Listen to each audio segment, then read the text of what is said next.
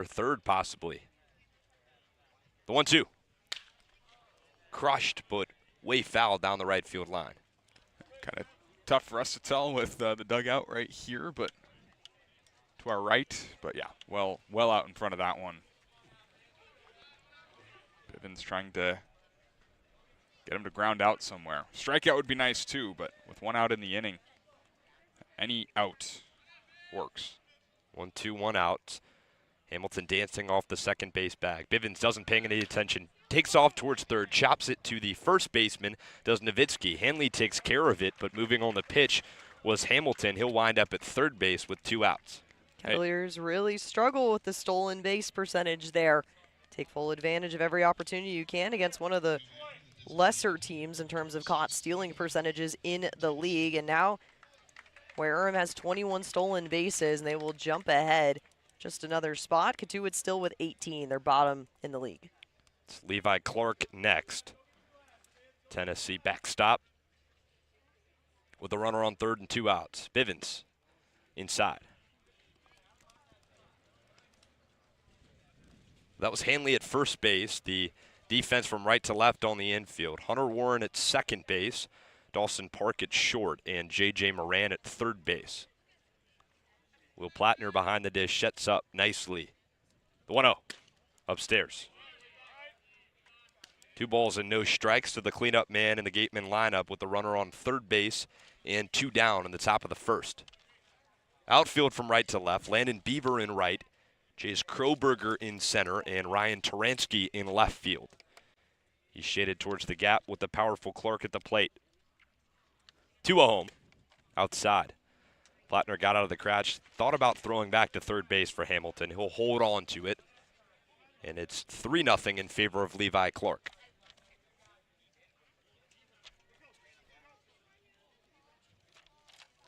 Bivens looking to avoid a 2-out walk in the bottom of the first inning. Strides and shoots. Gets you over fastball right down Broadway. A scary situation there. You got a 3-0 count. Bivens able to finally connect within the zone to avoid the first walk of today's game. That's an emphasis we came into today's matchup with, limiting the walk as much as possible. 3 balls, 1 strike, 2 outs, bottom of the first. Hamilton off third. The pitch. Slices one foul over the dugout of the Kettleers, over the bleachers into the parking lot, and it's a full count. Don't lose him now. Fought all the way back from 3-0 to 3-2. 2-out walks stink. You want to go right after him. Make him beat you. Warren is moved a little bit to the left of where you would normally play with the righty Clark at the plate. Full count, 2-out pitch. Lines it over the head of Hanley into right field. Falls for a hit. Hamilton comes in to score. Clark stays put at first base, and the Gatemen respond in the bottom of the first. It's 1-1 at Spillane Field. He got that one in on Levi Clark's hands, but it didn't matter. Able to muscle it over Hanley's head at first base. A sinking liner into right. A jam shot that falls in, and we are knotted up at 1. It's the 4th RBI of the season for Levi Clark. First run of the day for the Gatemen, 1-1 in the bottom of the first. Bivens will face the lefty Connor Cuff next. Shortstop who played his first game yesterday. The pitch.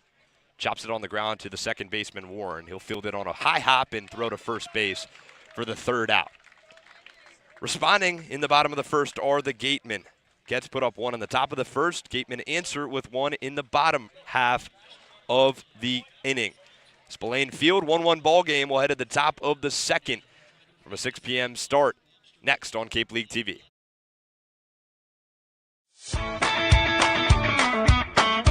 Aubin Equipment has been providing service to commercial landscapers in the Cape Cod area for more than a decade. They're staffed with experts and professionals who provide you with personal service for all your equipment needs. Aubin Equipment is the exclusive sales and service dealer for Walker mowers on Cape Cod, and we're named the top dealer in Walker equipment 3 years in a row. Find Aubin Equipment online at aubinequipment.com or stop by Monday through Friday at their location in South Dennis.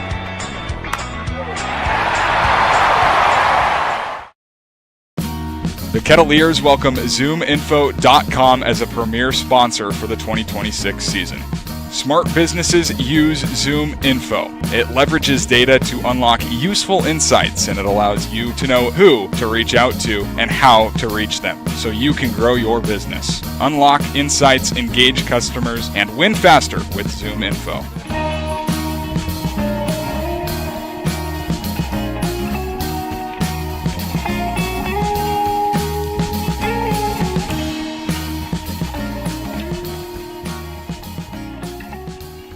Top of the second at sunny Spillane Field. 1-1 ball game.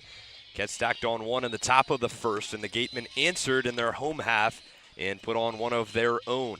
It'll be Will Plattner, Ryan Taransky, and Jesse DiMaggio to start things off in the top of the second.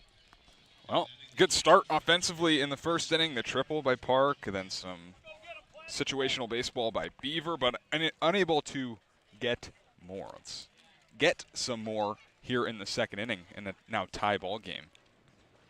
Got a good guy to do it. It's Will Plattner due up to start things off. 6 for 18 in his first couple of games with the Kettleers. .333 batting average.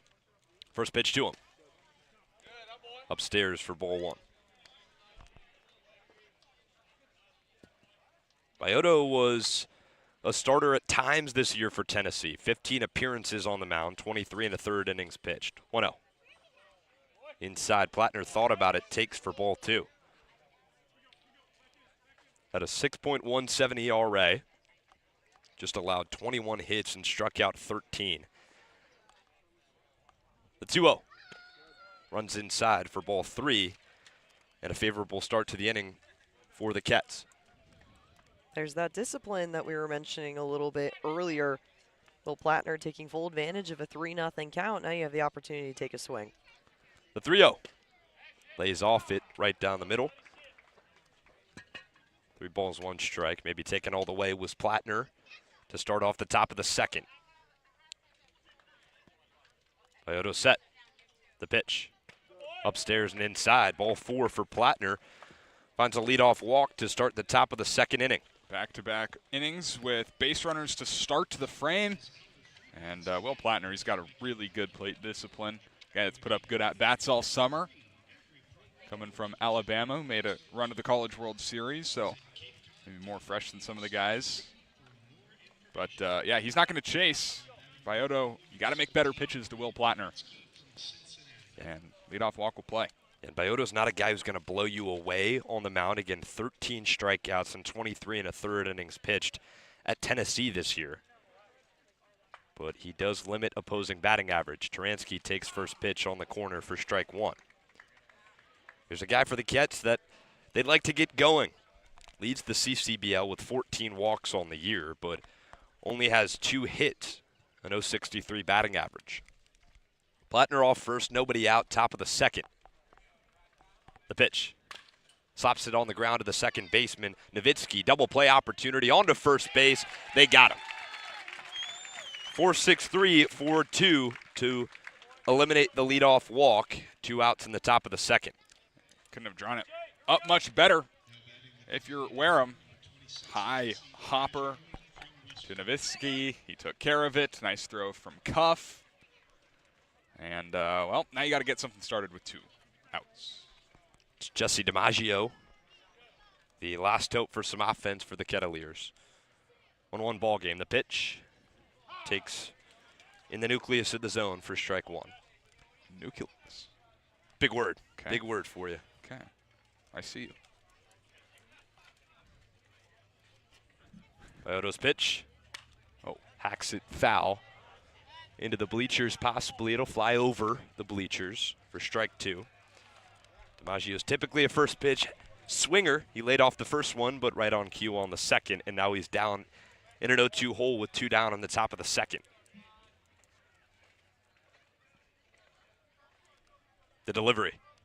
Got him swinging on a breaking ball on the outside corner. Strikeout 1 for Baiotto and 3 down in the top of the second. A leadoff walk from Will Plattner. Ryan Taransky grounds into a 4-6-3 double play, and DiMaggio down on strikes. No runs, No hits, no errors, no one left on base for the Gatemen defensively in the top of the second.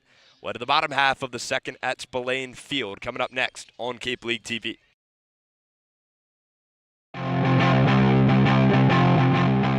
Aubin Equipment has been providing service to commercial landscapers in the Cape Cod area for more than a decade. They're staffed with experts and professionals who will provide you with personal service for all your equipment needs.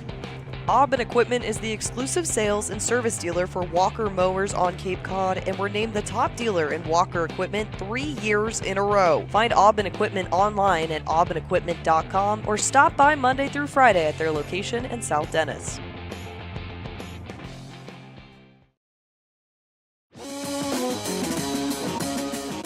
Cape and Coast Bank has been supporting Cape Cod families since 1921. Just like the Kettleers, they believe in teamwork, commitment, and community. Whether you're planning your next big move or need smart business advice, Cape and Coast Bank is there to help. Find out more by visiting capeandcoastbank.com or at their nearby location off Falmouth Road in Marston's Mills.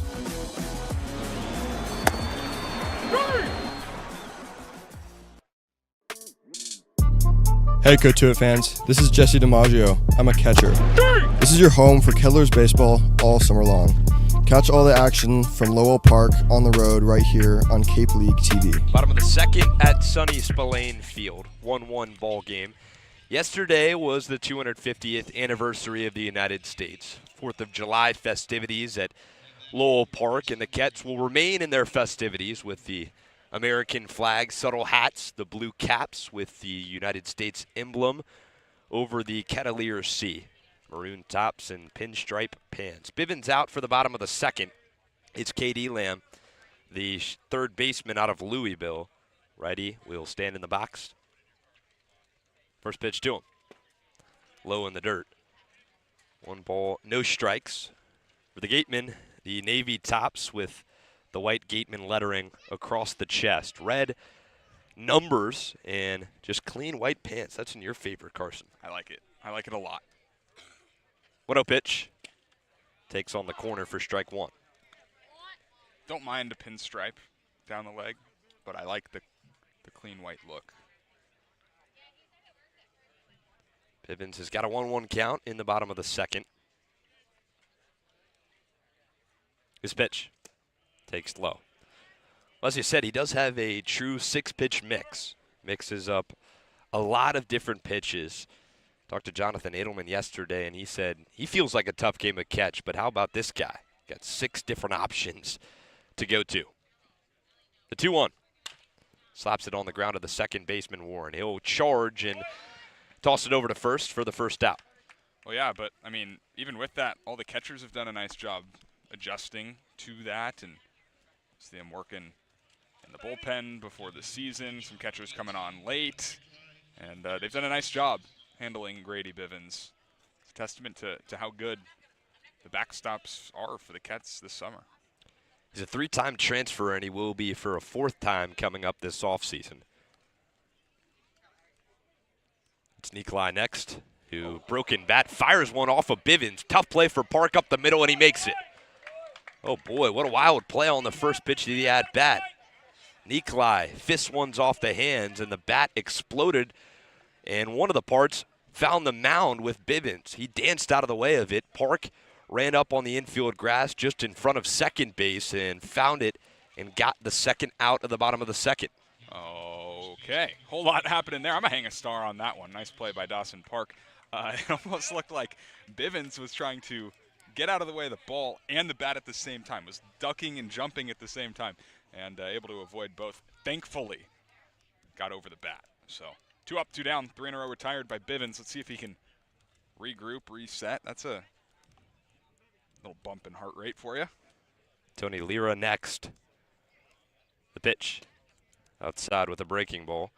Saw a pretty wild broken bat yesterday at Lowell Park as well. It actually removed a Commodore from the game. That was Ty Konis. Caught a broken bat, and the bat came back and hit him. 1-0. Catches the bottom of the strike zone. Well, that was a very interesting play. We weren't sure if he was going to come back, if he was just trading the bat in and out, and they threw in the pinch hitter for him. So hoping that he's okay. That bat absolutely flew, though. after contact. The 1-1 takes again just a hair low. Something so awesome about just pure snappage. I love it. Of the baseball bat, yes. Love it. 1 ball, 1 strike. 2 balls, 1 strike, 2 outs. Bottom of the second. The pitch. Lines one to right field. Chasing over his Beaver down the line. He'll run out of room. It's foul. Count evens at 2 balls and 2 strikes. Well, that in part might have played into the early stoppage. There was a long time where it was unclear what was happening with Tychonis. He went back to the dugout originally to get a new bat, and then he realized that his hand area, his body area was feeling a little uncomfortable. He subbed him out, and the game ended due to darkness in the top of the 9th. And unfortunately for the Cats, their offense started to kind of click in the last 2 home innings. 2-2 in the dirt, ball 3. Count is full to Tony Lira.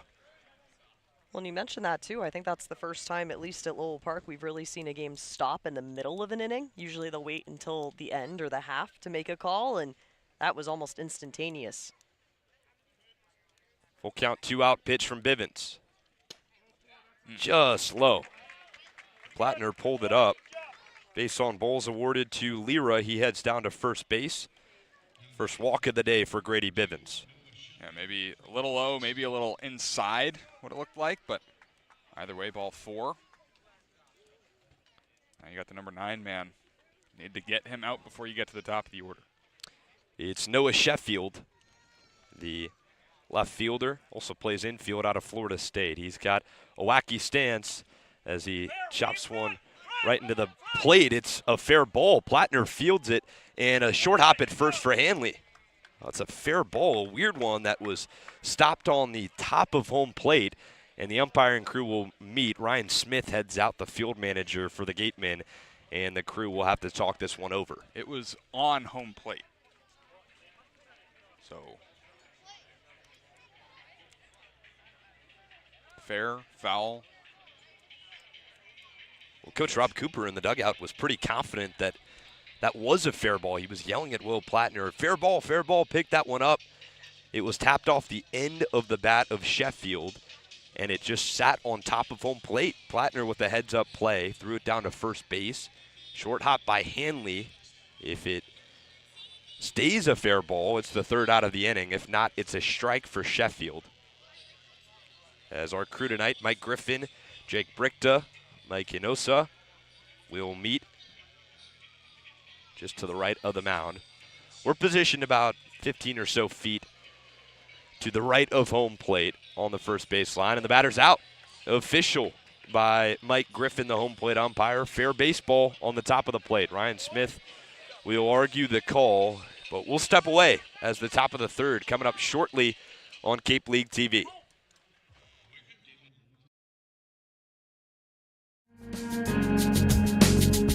Boston Hand to Shoulder is the go-to team for Boston's professional athletes, musicians, workers, and families across New England. They are trusted orthopedic specialists for athletes and everyday people. So if an injury is slowing you down, Boston Hand to Shoulder is now on Cape Cod. Call 617-965-HAND for all your hand and upper extremity needs. Boston Hand to Shoulder, proud sponsor of the Kettleers. Cape and Coast Bank has been supporting Cape Cod families since 1921. Just like the Kettleers, they believe in teamwork, commitment, and community. Whether you're planning your next big move or need smart business advice, Cape and Coast Bank is there to help. Find out more by visiting capeandcoastbank.com or at their nearby location off Falmouth Road in Marston's Mills.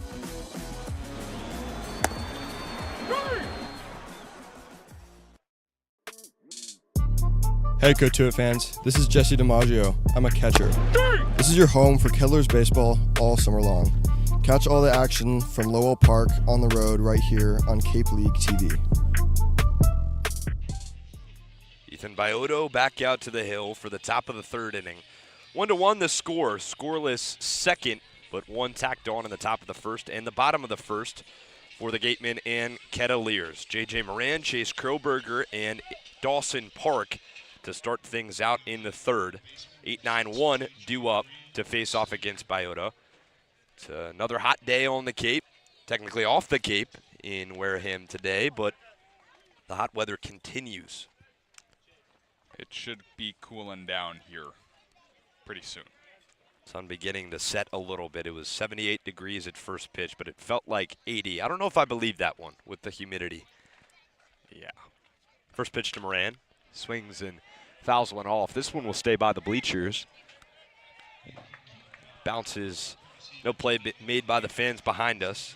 Moran down 0-1. He was on a 5-game hitting streak heading into yesterday's contest on the 4th of July. Snapped his streak, but been hitting over 400 in the month of July.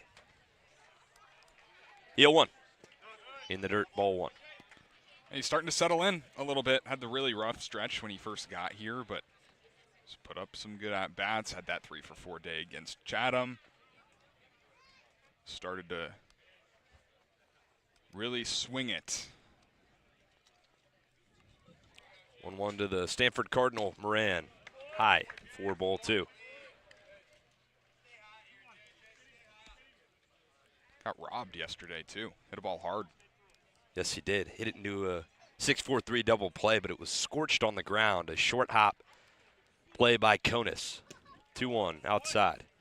Baseball's just so cruel. You can hit a ball 110 miles an hour and it be a double play. You can hit a ball 50 miles an hour off the bat and it's a base hit. There's a couple guys who felt like were kind of products of that result. Chase Lee was one of them for quite some time. Broke out yesterday. 3-1. Slashes one back behind the press box. A couple of hits against Chatham and then, yeah, that loud double. Thought it was a homer from our vantage point. Good to see for Jace Lee. Gets the day off tonight. 3-2 count to the 8-man J.J. Moran to start off the top of the third. The pitch. Fists off the end of the bat down the first baseline. It hops over the first base bag. Fair. Lira takes care of it for the first out.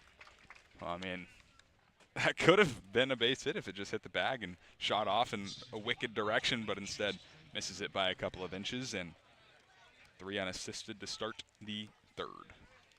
Chase Kroberger due up next. It's hard not to talk about that interview with J.J. Moran we did the other day. Mm-hmm. The quotes he had were almost story-like. Yeah. It's a good egg. Baiotto's pitch. Flashing bunt is Kroberger. He pops it up right into the mitt of the pitcher. Kroberger tried to bunt for a single, and Baiotto was all over it. Talk about the speed by Baiotto in that moment. Probably take a couple seconds to read that one, and it was a kind of a nasty pop-up by Chase Kroberger off the bat there, and Baiotto with the wheels running down the mound and able to make the play just about 10 feet in. Back to the top of the lineup for Dawson Park with 2 outs in the top of the third. 1-1 ball game, all knotted up at Spillane Field. The pitch. Crushed into right center. Chasing and letting it fall in front of him is Wax. Another hit for Dawson Park, his second of the day. First was a triple. Now he's got a single to right. Seeing it well, Dawson Park, going the opposite way. He swung at just about every pitch he's seen tonight. I think that's 5 pitches, 4 swings, or 6 pitches, 5 swings for Dawson Park, and why not? If they're in the zone, go after it, kid. It's Landon Beaver next, the lefty out of UAB. Park will lead off first base with 2 outs. Beaver grounded out his last time up. The pitch. High and tight. 1 ball, no strikes. That was such a great conversation, Brooke, that we had yesterday. Landon Beaver, Ryan Buckler joined our broadcast booth. A lot of baseball insight from them. They were so much fun to talk to. The 1-0. Smacks one to center field. Chasing back is Hamilton. He's shy of the track, and he finds it. Well struck baseball for Landon Beaver, but the side is retired. 1 hit via Dawson Park. No runs on the board for the Cats. No errors, 1 left on base. 1-1 ball game. We'll head to the home half of the third at Spillane Field. Coming up next.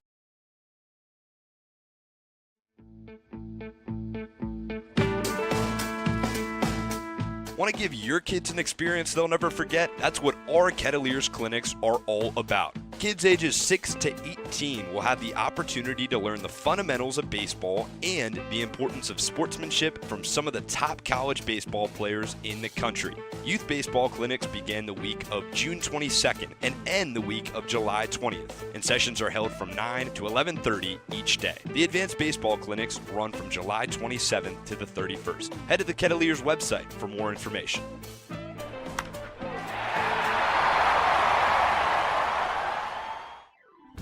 A Generac generator from Mercier delivers more than reliable backup power. It delivers peace of mind. Peace of mind that comes from knowing our expert technicians, knowledgeable staff, and emergency service team are here when you need us most. As one of New England's leading Generac generator dealers, RCA provides a 10-year warranty and regular maintenance services to ensure your home stays protected. RCA, powering your peace of mind. Hey Cotuit fans, this is Jackson Yarberry, right-handed pitcher from Indiana University. This is your home for the Kettleers baseball all summer long. Catch all the action from Lowell Park and on the road right here in Cape League TV.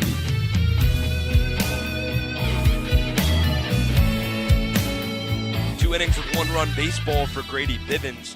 1-1 ball game in the bottom of the third at Spillane Field. Sun beginning to cross the building behind the dugout of the Gatemen as Bivens takes back out to the mound. It's back to the top of the lineup for the Gatemen. Jason Wax, R.J. Hamilton, and Nate Nowitzki. 1, 2, 3 in the Gatemen lineup in a 1-1 ball game as the lefty Wax steps in. Bivens winds and deals low. He's got one of the more intriguing windups from the Kettleers. He's got a slow start to his wind, a big leg kick, kind of herky-jerky motion down the mound.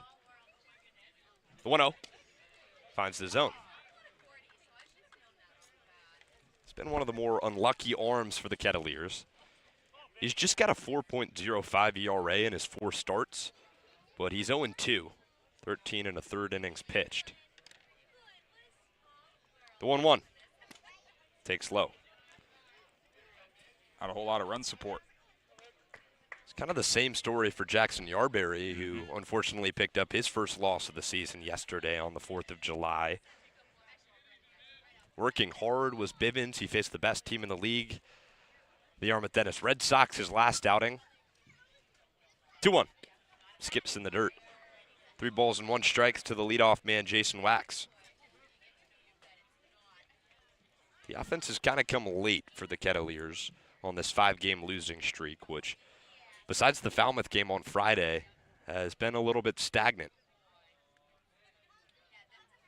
The 3-1 skips into the chest protector of the home plate umpire, Mike Griffin.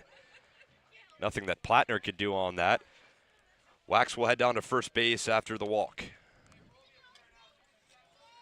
Side of that game against Falmouth to kick things off on July 3rd. Cotuit pitching staff was relatively good at keeping the walks later on in the game. We saw a couple stretches against teams like YD and Chatham where the first walk wouldn't be issued until probably the 5th or 6th inning.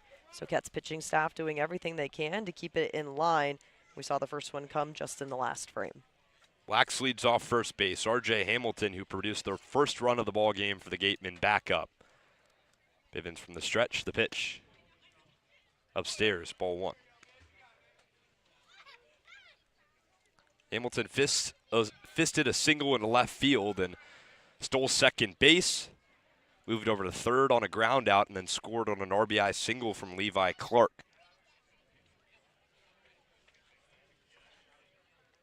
Back to first base heads Bivens.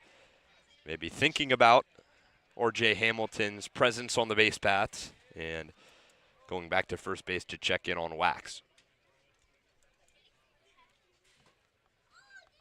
Bivens does have a slow delivery. Talked about that earlier in the inning.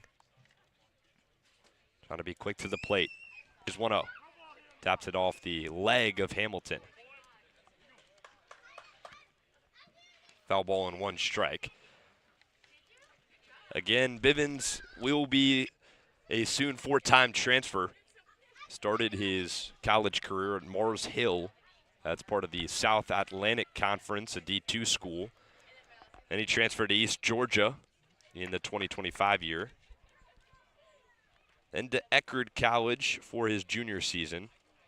And now in the transfer portal again. I think his last start certainly helps his case. Looking to make the jump to Division I. I think he could do it. I think he'd be very effective wherever he wants to go. I'm excited for him. Very excited. He's kind of been a D2 JUCO guy his whole life, but you're right. That big jump is something that he's looking for, and being on the Cape, a big opportunity to do so. And he's gotten better year after year. Bivens comes home. Hamilton fans and misses. I mean, only 36 innings his freshman year, pitched to an ERA over 10. Sophomore year over 6. And at Eckerd this spring, 5.3. But has improved every single metric every single year while throwing 72 innings. Which is about the 1-2. Strike 3 called. Snap throw back to first base for Plattner. Diving in safely is Wax. But more importantly, at the plate, Hamilton goes down on strikes. That's what I was saying. He's gotten better every single year. In 36 innings in his freshman year, 40 in his sophomore. That's 76 innings, 72 in the spring of this year. So, I mean, that's quite the jump for Grady Bivens, and he made it look pretty easy. So, he's going to be ready to go. Give you 80-ish innings in the spring of next year. 1 out in the bottom of the third. The pitch drops into the zone for strike 1. It's back to Nate Nowitzki, the 3-hole for the Gatemen. He grounded out to the first baseman, Hanley, his last time up. Again, Wax on first base following the walk. And the guy who delivered the first run of the game, Levi Clark, on deck. Park and Hanley positioned for the runner. The pitch fouls it off. 0-2 to Nowitzki. Double play depth for the middle infielders. Hunter Warren moved a little more off the bag than Dawson Park due to the lefty at the plate. Park covering just about 5 feet to the left of the bag from our point of view. 0-2, 1 out, bottom of the third inning. 1-1 the ball game. Cotuit and Wareham. Bivens pitch. Slides one past the diving glove of Warren in right field. Warren laid out and made a big effort over to third base, heads Wax. The throw will be not in time, and it'll be runners on the corners with 1 out.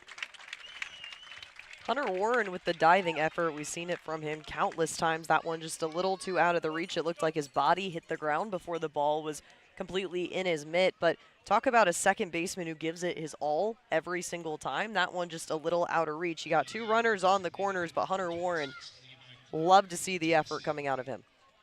That one kind of feels like another one of those instances of baseball being baseball. Not a hard hit ball off the end of the bat of Nowitzki, but it sneaks past the dive of Hunter Warren. This game is the worst. Levi Clark due up next. Runners on the corners, 1 out, bottom of the third. Bivens home. Shot up into the air down the first baseline. Playable for Hanley in foul territory. He chases over and catches it. Thinking about going home was Wax, but kind of baiting a throw from Hanley. He won't fall into it. 2 outs and a big out for Bivens. I'm kidding. Baseball's awesome, but nice by Bivens, right? Runners on the corners. 1 out. You're trying to get a ground ball, trying to get a strikeout, keep it out of the air. Gets it in the air right there. And a nice play by Hanley, covering the runner on first. So he had to go a decent amount of ways to get that one. Nice play. Last chance for the run is Connor Cuff. Grounded out his last time up. 2 down, runners on the corners. Bivens finds the corner.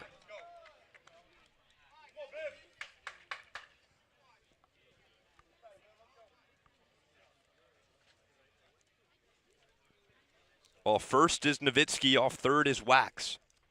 0-1 for Bivens with 2 outs in the bottom of the third. The set, the pitch. Sliced foul over the dugout of the Gatemen.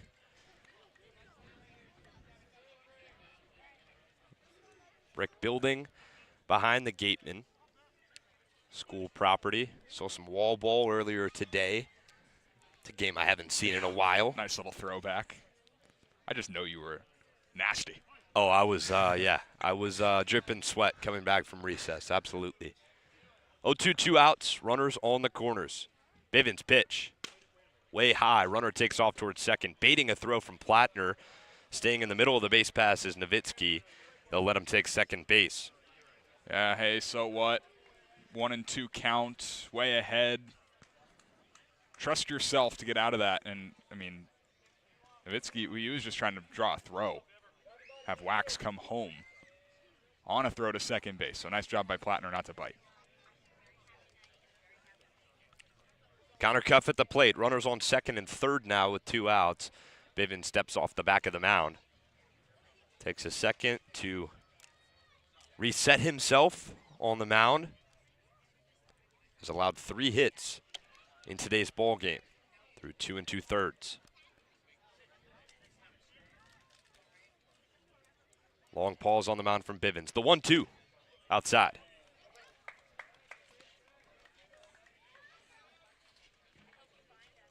Bivens so far, 46 balls tossed, 28 of them have been strikes. He's got the above 500% on that strike zone. Just need to put one more through. You got deuces loose on the board. 2 balls, 2 strikes, 2 outs, runners on second and third. The pitch, low. Full count. You do have first base open. Not ideal to walk a hitter with 2 outs, but that's an option for Bivens. Infield doesn't have to play in with 2 outs on the board. Connor Cuff had a scorching debut with the Gatemen. He was 3 for 4. Can he deliver again for Wareham? Full count pitch. Just high. Another walk awarded for the Gatemen. Cuff heads down to first. All right. Bivens working himself into a little bit of trouble. Really struggled with walks in his first start to the year. Walked 5 batters, but in his 2 previous outings was in command. That's the 3rd walk for him tonight, and it will force a mound visit. This is something we've seen a lot of the time, especially the past 3 days, is the heat is a factor today again. So long innings usually warrant some mound visits, some check-ins just to make sure that Bivens is feeling well. And now with 2 outs and the bases loaded, a big spot for Cade Elam, the righty out of Louisville. It's 2 teams that have really been struggling on the season, just candidly, both in the bottom half of the West Division, which, by the way, doesn't have a winning team right now. The Commodores, following their 2 wins over the Kettleers, are 8-9-1 atop the division. Bourne at 7-8-3 behind them. Hyannis at 8-10, and then you get to the 2 teams in today's ball game. Cotuit at 5-11-2, and the Gatemen at 4-14. It's a little bit of a struggle bus, but whole month of play left.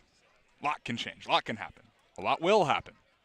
2 down. Bottom of the 3rd inning. Bases loaded for Cade Elam. The pitch. Smacks it on the ground to Moran. He'll go to first base across the diamond and find the 3rd out. Working out of a bases loaded jam is Grady Bivens. First pitch swinging for Cade Elam. He chopped it to Moran. He was at first base yesterday, moved over to 3rd today, and made a nice play for the 3rd out. No runs, 1 hit. No errors, 3 left on base for the Gatemen in the bottom of the 3rd. It's a 1-1 ball game. We'll head to the top of the 4th at Spillane Field, and when we do, Brooke Killgore will take over on play-by-play. Aubin Equipment has been providing service to commercial landscapers in the Cape Cod area for more than a decade. They're staffed with experts and professionals who will provide you with personal service for all your equipment needs. Aubin Equipment is the exclusive sales and service dealer for Walker mowers on Cape Cod, and we're named the top dealer in Walker equipment 3 years in a row. Find Aubin Equipment online at aubinequipment.com or stop by Monday through Friday at their location in South Dennis.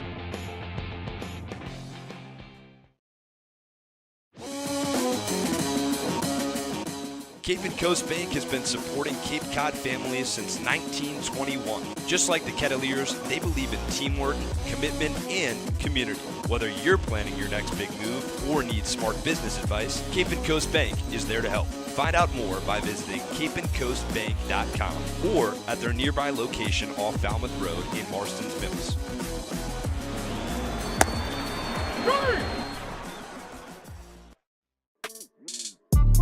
Hey Cotuit fans, this is Jesse DiMaggio. I'm a catcher. This is your home for Kettlers baseball all summer long. Catch all the action from Lowell Park on the road right here on Cape League TV. Well, it's not the exciting multi-run double-digit score that you would expect from a series against the Falmouth Commodores just in recent days, but the Cotuit Kettleers and the Wareham Gatemen in their second meeting of the season tied at 1 apiece here in the top of the 4th inning. Spillane Field off Wareham High School, just taking a right onto 54 Marion Road, coming into Wareham, Massachusetts. Hunter Warren will take another at-bat on the day. He's got his second so far. Flew out towards right field.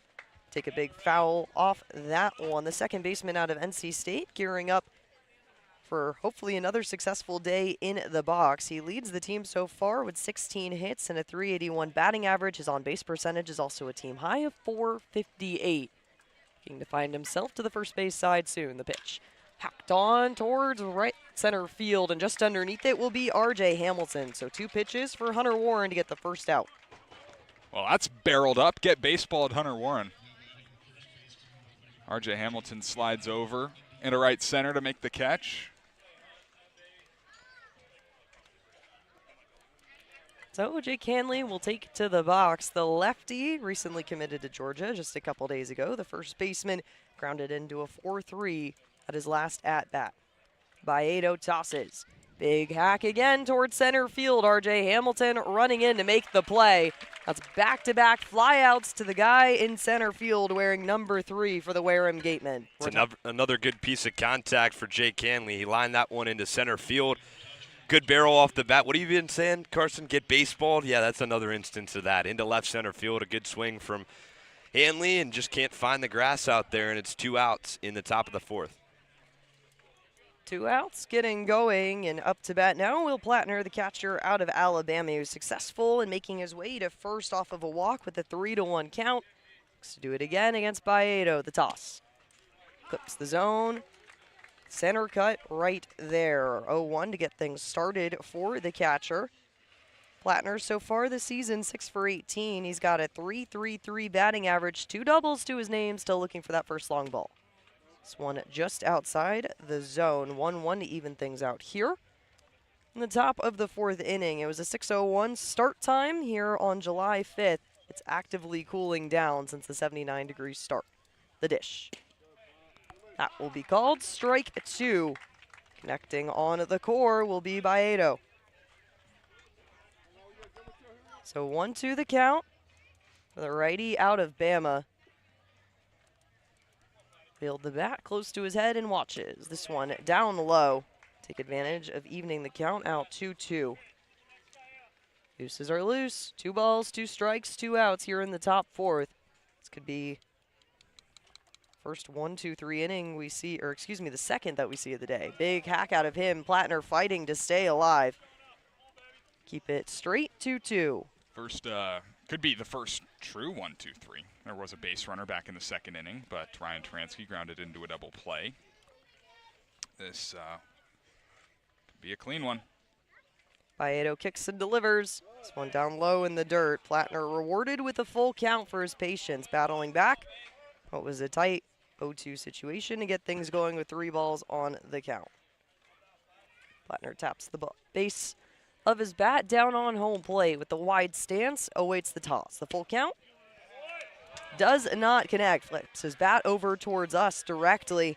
Winding his gear and accentuating on the walk. Back-to-back walks for the catcher out of Alabama. So second time he's drawn ball 4 today. Had to work a little bit harder for this one. That first walk, not really many close pitches, but a couple ones in this at-bat has to lay off. Great play discipline by Plattner. He's now walked more than he struck out on the summer. Sets things up for Ryan Taransky with 2 outs. Let's get some 2-out magic going. A little 2-out rally. Why not? Baiotto tosses the first one, and Taransky lining this one down the middle. There you go. Get a hit to accentuate him to first base. He got 2 runners on. Plattner makes it safely to second, and Taransky add a hit to your count. There's your player to watch right there, Carson. finally finds a hit. He's been struggling at the plate, patient, but he jumps on the first one that time and lines one back up the middle. Runners move to first and second with 2 outs in the top of the 4th. Kettleers love a late game rally. We'll call it a late inning one here in the top of the 4th. Jesse DiMaggio, today's designated hitter. It's the only strikeout on the day for Ethan Baiotto. Caught him with an 0-2 count on the swing. DiMaggio will fiddle with the batting gloves, wearing the all-crimson look there. Step up with 2 outs on the board, but he's got 2 runners on as well. So Will Plattner situated at second, Taransky with the single to put himself at first. You got 1 runner in scoring position, currently situated with a 1-1 tie. 3 hits apiece for both teams coming into today's game. DiMaggio will take a couple warm-up swings, and catcher for Wareham Gatemen, Cohen Nikolai. Walk back, home blue of today's game, Mike Griffin. Just checking a quick couple things out. It looked like it had to do something with Nikolai's glove. Off towards the dugout on the third base side. So 2 runners aboard for Baiotto. The right-handed pitcher hopes to continue what has been a league worst batting average against righties. The dish down low in the dirt. A good defensive block there by Nikolai. Just between his legs, Jesse DiMaggio will survive. First pitch, 1-0 count. Guy usually takes the first swing. Does right by being patient. It's a great block. Definitely would have been a wild pitch if Nikolai didn't extend his body out there. Baiotto delivers this one down low, close to the 5-hole. Nikolai there once again. 2-0 the count will be. Kick things off for Jesse DiMaggio. It's a complete flip-flop from the second inning appearance. He went 0-2 for the swinging K to knock him out. Here in the top of the 4th, 2-0. Jesse DiMaggio flipping the script a little bit in this one. Yeah, 2-0. Flipped back towards the mesh just behind home plate. 2-1 to get things started. DiMaggio so far this season, the designated hitter, recently committed to Dallas Baptist University. 7 for 34. He has a double on the season, hit his first home run not too long ago. That was a fun game against Hyannis. 6 RBI. He's tied for 4th on the team. Check back to second in the dish. Bit of looks to be breaking bat action as he fouls this one right into the Kettleers dugout. Walk forward. It looked like he almost took that out of Nikolai's glove. It was very late. Needs a new stick. So DiMaggio takes, looks to be a crimson barreled bat. More of that wood pine tar look at the handle. Second to spray it down. It's a fitting color with the rest of the jersey. Kettleers wearing their dark maroon aways. White lettering around the navy numbers. Pinstripe white pants, maroon belt, maroon socks, and the cleats of their choice. It's a lot of red, white, and blue the day after 4th of July. Wear them in their dark navies and bright white pants. Baiotto 1 strike away from closing this inning and stranding 2. Number 30 on the mound, kicks and delivers this one. Down low and swinging. Jesse DiMaggio with back-to-back Ks on the swing. Baiotto will strand 2 runners on. Kettleers with 1 hit, no runs, no errors, and 2 left on a base. We'll be back for the bottom of the 4th here in just a bit.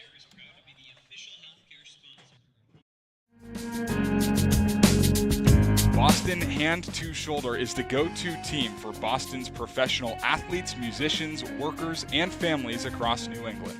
They are trusted orthopedic specialists for athletes and everyday people. So if an injury is slowing you down, Boston Hand to Shoulder is now on Cape Cod. Call 617-965-HAND for all your hand and upper extremity needs. Boston Hand to Shoulder, proud sponsor of the Kettleers.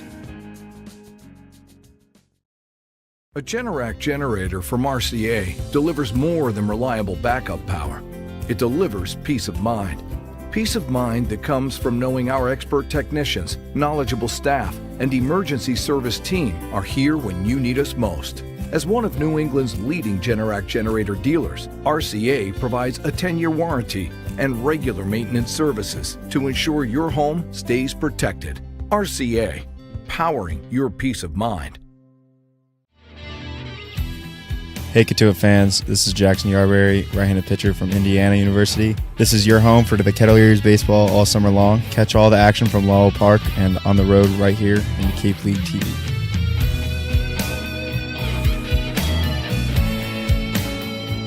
Just an hour and 5 minutes since the first pitch was thrown. About roughly, you'd say an hour and 4 here at Spillane Field, Wareham, Massachusetts. Just about a 45-minute drive typically from Cape Cod. Today it was probably about 2 hours with all the exiting 4th of July traffic off Cape. The Cotuit Kettleers and the Wareham Gatemen dueling off in their second game of the season. 1-1 situated here in the bottom of the 4th inning. Grady Bivens will return for a 4th outing of work on the day. So far his line, 3 innings pitched, 3 hits given up, 1 earned run, 3 walks, and 1 K. Doing everything you can to keep the walk ratio low as much as possible. Still looking for a couple more strikeouts on the day. First pitch dealt. Just outside the zone, not enough for Griffin's count.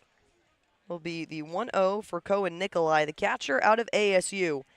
He's someone you don't want to mess with. 3 home runs and 13 RBI on the season. The kick and delivery from Bivens takes it off the back, practically at the numbers of 1-8 on Nikolai's jersey, and he will advance off a hit by pitch to get things going here in the bottom of the 4th. 4th free pass for Grady Bivens. 3 walks and then the hit by pitch. Well, why not draw up a little double play? Yeah, 6-4-3. It's a guy who can give you length. He threw, obviously, the most innings pitched for a Ket's arm all season, 5 1/3 his last outing. But he's only got 52 pitches. As long as he limits those free passes, there's a possibility for him to go 5 or 6 tonight. Bivens delivers this one down the low and popped off the leg, rolling foul. Be the play off Tony Lira, the second baseman, also out of the state of Arizona, but U of A this time instead of Arizona State University. And to go off of Liam's point against YD, Bivens tossed 82 pitches, 50 of them being strikes, so he's a guy that knows how to extend his innings. Went 5 1/3. Last appearance, the most by any Kettleers pitcher on the season. Bivens checks back to first. It's the ball situated in his right hand. Left leg kicked up. Deliver. Tony Lira popping this one down foul. Landon Beaver will not make the attempt to go for that one. 0-2. Kick things off. Second baseman out of Arizona. He is such an interesting story. Liam, you really dove into that one the last time that we played these guys. Yeah, it's kind of a gift that Tony Lira's here, and he's made baseball kind of his heartbeat for his life. Bivens with the 0-2. No outs on the board. Pushes this one upstairs by the letters of Tony Lira. There was a possibility that Lira wouldn't be born when he was younger due to a heart condition and has a hearing disability that basically made him deaf in both of his ears, and he's been able to work back from that and use baseball as an outlet, which is amazing. Lira looks to continue with the 1-2 count. Downstairs, having to put the glove on it and extend out of his crouch is Will Plattner. 2-2, the count evening up. Tony Lira, a lot of success coming out of Arizona, and a big story for him there too. Not sure if he even wanted to stay and be a Wildcat. Except one day he got an order number while he was in debate about transfer. It's the same as his jersey number, and he knew that was the sign. The deal. Hacked off the bat. Tony Lira. Stay alive. 2-2. The count will even. No outs on the board for the Cotuit Kettleers defense. Grady Bivens in his 4th inning of work. Got 1 runner aboard, and Cohen Nikolai, the catcher, who was hit by pitch directly in the back. Shaking off the pitch before finally coming to an agreement is Bivens on the mound. The left leg comes up, down and hacked out towards center field, and underneath it will be Chase Kroberger. Makes the play. Tony Lira will be retired, and trotting back to first is Cohen Nikolai. Loud out, but an out nonetheless. Good swing by Tony Lira, and a nice job after the hit by pitch by Grady Bivens to get an out. Now ground ball gets you out of this as Noah Sheffield steps in with a man on first and 1 out. Noah Sheffield decked out in a lot of bright yellow, coming out of Florida State, currently in the transfer portal. He's got the bat held up high with a lot of frantic swinging as he watches the first pitch. Foul tip off over the head of Jake Hanley. He'll try to make the play, but it was not in time. Sheffield. Reminds you of someone, doesn't he? I would have to say so. His dad, Gary, played in the MLB 1988 to 2009, and the 9-time All-Star. And you see a lot of father-son duos pick up similar batting stances. You have to say that's almost identical. I mean, it's exactly the same. The 0-1 count to the frantic bat. Is this one foul and running in for a J.J. Moran looking to make the play. He'll toss it over to Jake Hanley at first. Popping up to check on Cohen Nikolai, but not in time. He'll be safely at second, but there's 2 outs on the board for these Cotuit Kettleers. Grady Bivens with a chance to continue this one, currently situated almost 60 pitches. Yeah, Sheffield grounded out. But, yeah, you're right. I think a lot of the times adjustments are made based on your family, the swings you see around you, but Gary Sheffield probably had one of the most iconic swings in all of baseball, and Noah has virtually the same thing. Kind of frantic is the way to put it. A lot of swinging before the pitch, getting set. It's crazy to see that. Bivens checking back towards second. Tosses the first one to the leadoff hitter. 0-1 that will be the count with the massive hack coming from Jason Wax, the right fielder, recently committed, to LSU. Runner on second base, Cohen Nikolai. He's looking still for his first stolen base of the season. Jason Wax, 11 of 51 in 2026. Bivens with the glove close to his face. Step off the mound for a quick second. Bit of a reset on the pitcher's clock. Out in right center field. He'll reset himself, kick the arms up. Stare down the zone, just in front of his catcher, Will Platter. In the box, Jason Wax, 2-4, looks to continue the hitting streak. This one, I believe, bounces off the leg guard, off the right leg of Jason Wax. He will advance on a hit by pitch. Was kind of close. Looked like it might have bounced in the dirt for a split second, but Griffin's going to say that he can advance to first off the hit by pitch. Yeah, now that's the 5th free pass from Bivens. He's hit 2 and walked 3. He's got a lot of pitches with a lot of movement. 6 of them, and I think sometimes overcomplicates it just a bit. Been pretty good today. Hasn't gotten hit too hard. Only 3 on the board. Got to go after hitters, and now you got your 2-hitter up for the Gatemen with runners on first and second and 2 down. 1 runner in scoring position, what could be the breaker of the tie. 37 tosses down. A hack coming out of the second hole in R.J. Hamilton. It's his 3rd at-bat of the day, singled back in the first and was able to make it all the way home off of 2 stolen bases. He has 6 on the season now. Struck out back in the 3rd. Had a 1-2 count before taking a big swing at the final pitch he saw. 0-1 the count. R.J. Hamilton keeps the bat very close to his head. Almost parallel that of the cut. Bivens tosses this one down low. Caught between the legs. Will Plattner in the big swing makes it 0-2 the count. 1 strike away from closing out the 4th inning for Grady Bivens. So far on the day, 63 pitches, 64 pitches, 38 of them have been strikes. Bivens looking potentially to get close to that number and extend his longest outing, the longest of all Kettleers pitching staff. The toss. Big swing, tossing it towards right field. Landon Beaver looks to be calling it off, and he will. Retiring 3, but giving up 2 free passes. Grady Bivens heads back to the dugout. Kettleers will head to the top of the 5th and grab the bats here on Cape League TV.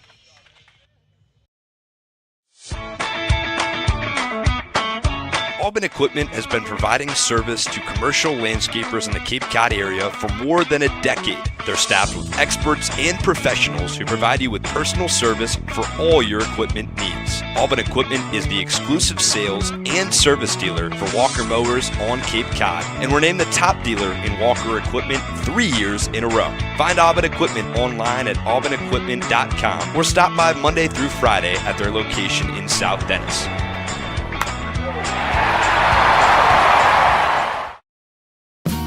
The Kettleers welcome ZoomInfo.com as a premier sponsor for the 2026 season.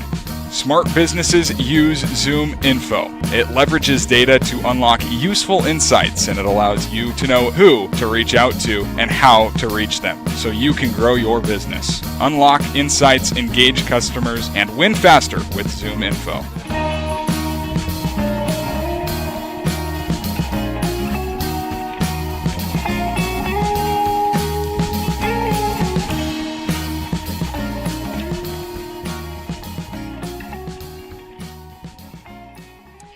New arm on the mound for the Wareham Gatemen. Takes about 5 innings of work to toss out Ethan Baiotto, who finishes the day.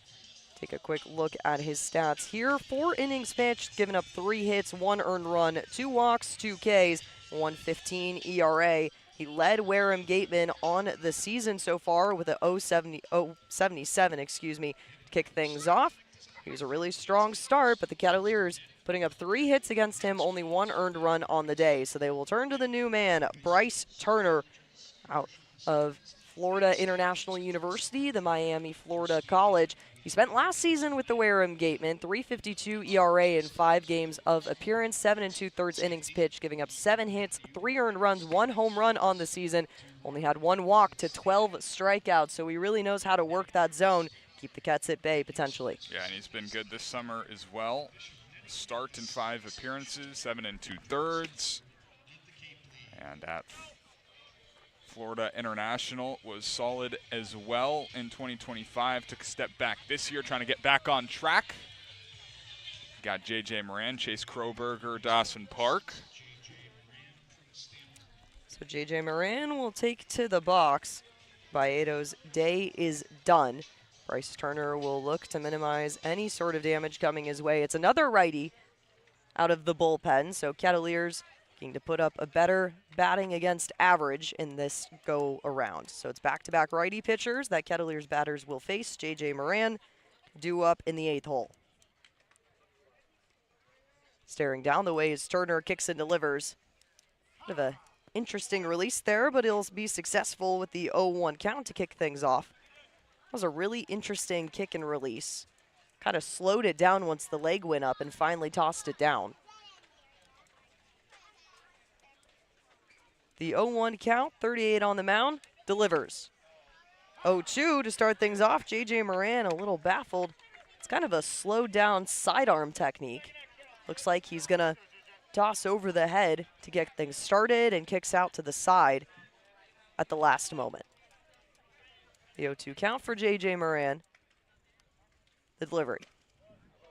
This one close to the zone, but not in time. Touching the outside edge there, 1-2 count. Yeah, Bryce Turner, the big frame, 6'7", 250 pounds. And you're right, Brooke. It looks like he wants to throw over the top, then last second kind of drops down 3/4. J.J. Moran popping this one out towards right field. A little hard to see there. Looking to make the play, Jason Wax. Looks like it was not. It was foul ball. We have really hard visibility here on a right field side. We also got guys getting ready to go in, kind of blocking right field. So thank you, Liam, for popping up and watching that one go down the way. Yeah, I got you. I got you covered on the right field line. You're right. We're positioned just next to the Kettleers dugout. Heard people say it is one of the harder places to see all of Cape, at least down right field. J.J. Moran will survive. Foul ball not in time. Toss this one. Pops this one over towards left field, and it will drop. J.J. Moran looking to take second, rounding the corner on the outside loop, and he is safe. A double for J.J. Moran to get things going here in the top of the 5th. Attaboy, J.J. Have yourself a hit. Down in the count 0-2. Things looked grim there for a sec. That's a great at-bat. Stay hot, kid. 3rd double of the year. 2nd in 3 games. Get it going, 6. Just been seeing the ball so well. Pulled that one down the left field line. One hops off the wall, and now you've got an opportunity with the runner on second base and nobody out. Kettleers coming into this game 5th in the league with 22 doubles. They had 23 on the season.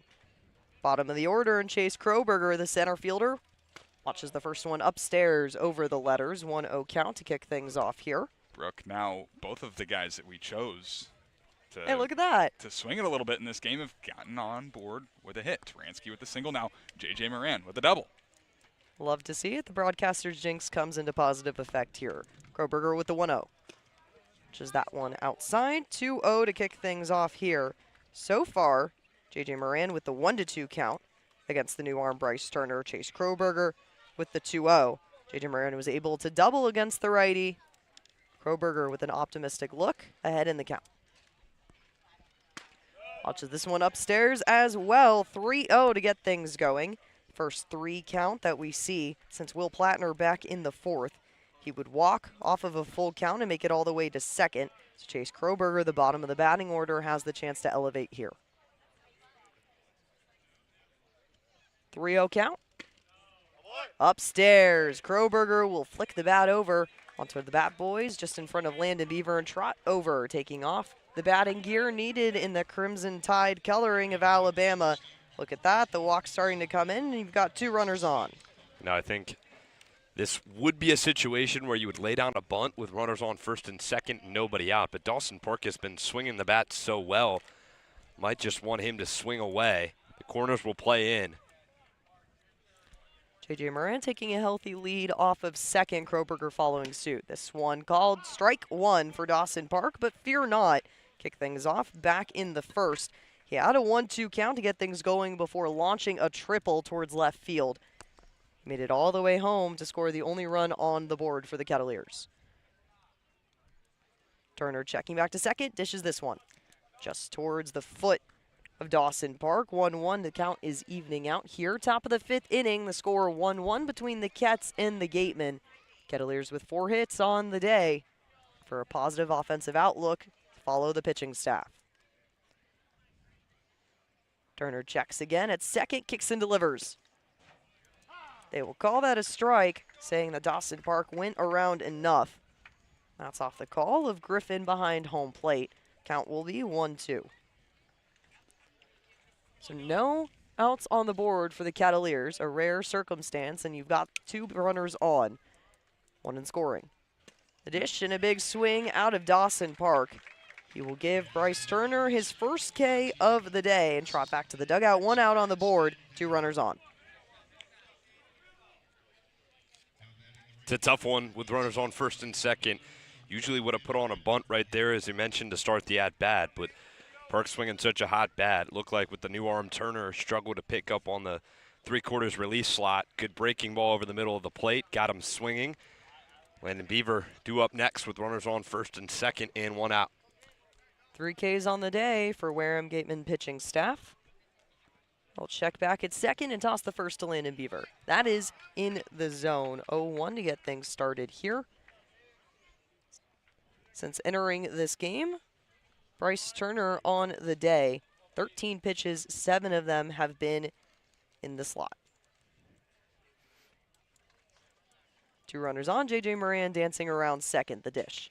Big hack coming from Landon Beaver, unable to connect and tilts it back towards the backstop. He will have the 0-2 to kick things off here. Yeah, and Turner's a guy who's not going to work around hitters. He's only got 1 walk in his 7 2/3 innings pitched coming into this appearance. The one to Kroberger on 4 pitches was rare. The pitch. Check to see a slow call in terms of the ball, but Landon Beaver will be rewarded the 1-2. Took the upper limit there, and he will survive the lefty batter, looking to continue at pace here. So 1 out on the board, 1-2 count for Landon Beaver here in the top of the 5th. Bryce Turner kicks and delivers this one. Big swing coming out of Beaver, and following a similar fate to Dawson Park before him, another K. Bryce Turner takes about half of the strikeouts on the day for the Gatemen. Well, the fans here at Wareham and Spillane Field wanted that pitch previous to be called a strike. And I guess the ball don't lie. Took the words right out of my mouth. Sometimes in sports, the ball is the biggest telltale. Stepping into the box, Hunter Warren, and the biggest bats out of these Kettleers. 2 outs on the board, the dish. Flips the zone down the channel. There you go. 0-1 to kick things off.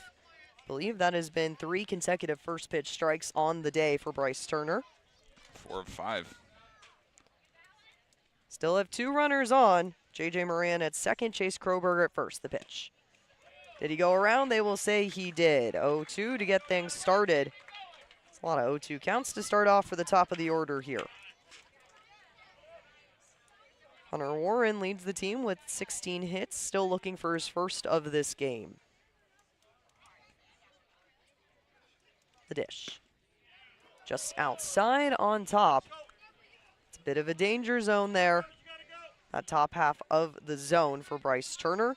He's got a 1-2 count. Still ahead by 1 pitch. We've got 2 outs on the board. Everything you can. Try and make the play happen here in the top of the 5th. Big swing. That is 3 consecutive Ks till strand 2 runners on board for the Wareham Gatemen. Down goes swinging Dawson Park, Landon Beaver, and Hunter Warren.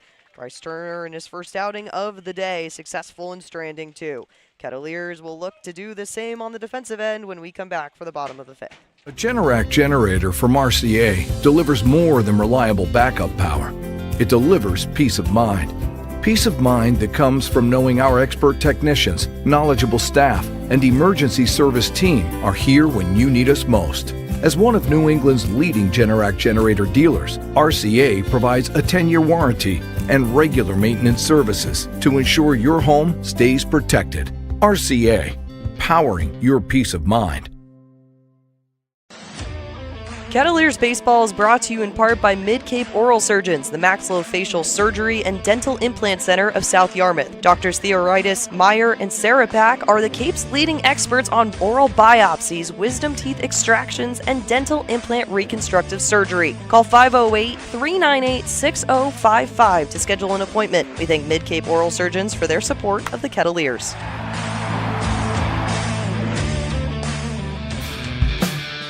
Kets fans, this is Chase Vandermeed, right-handed pitcher from Notre Dame, and we're grateful for all your support this summer. Let's get back to the ballpark on Cape League TV.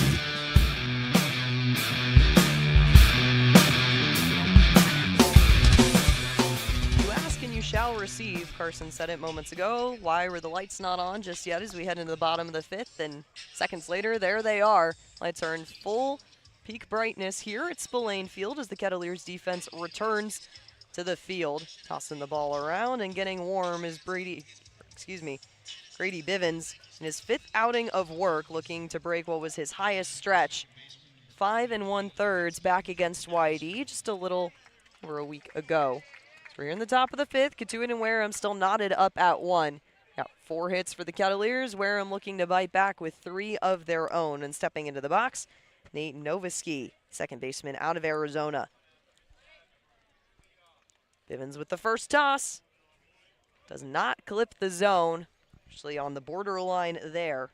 1-0 count to kick things off for the leadoff. Nowitzki is able to steal a base back in the 3rd. The on-base percentage has been good for the Wareham Gatemen. The dish. Foul tip off. Well, both of these teams have had base runners. Multiple base runners in each of the last 2 innings for the Gatemen. Left the bases loaded in the 3rd, had 2 on in the 4th. Cats have had 2 runners on in each of the last 2 innings, but no runs have been scored since the first frame. Bivens delivers with the 1-1. Big swing coming out of the bat of the second baseman in for today's game. 1-2 the count, 1-1 the score between these Cats and Gatemen. Kettleers looking to close the gate here at Spillane Field. Tapping the bat down, number 5. Second baseman getting set against Bivens. The dish. Downstairs. Looks like they will give him the ball to even things out. 2-2. Plattner fully extending his arm out to try and draw some attention to that strike zone. Not able to pull it in enough in time. Yeah, going both ways. Bottom of the zone not being called. Bivens kicks up and delivers. The 2-2, and there you go. Ring him out for Bivens. That's his 2nd strikeout of the day. Comes after a performance in the 3rd, and there you go. Bivens with 2 Ks in the scorebook. Brings out the first one. Yeah, know what you want to throw. Shook off the first pitch and went with the backdoor breaker. that just fooled the lefty Nowitzki. Ran back into the strike zone very nicely. Bivens closing in on his 5th inning of work. Got to be a quick one. Levi Clark will watch the first come down the way, called strike 1. Does not take on that one. Yeah, the designated hitter out of Tennessee. He and Koa Nikolai alternate times between the backstop. Next dish off to the side. Will Plattner reminding his guy on the mound what he's made of, 1-1. The supportive nod out of him. Love that out of a catcher. Little nod of approval after a pitcher's pitch. Kick up from Bivens, down low in the dirt. A 2-1 count to get things started. So he's matched his time against YD with the 5 1/3. Or excuse me, no, 4 1/3 so far. Still looking to continue and go strong. His 5th inning of work. Kicks up and delivers this one. He'll not call that a strike. Levi Clark will step out of the box. 3-1 with 1 out on the board here in the bottom of the 5th. You're still tied at 1 between these two teams. Sun is starting to set, the lights are on, and Bivens will kick up and deal.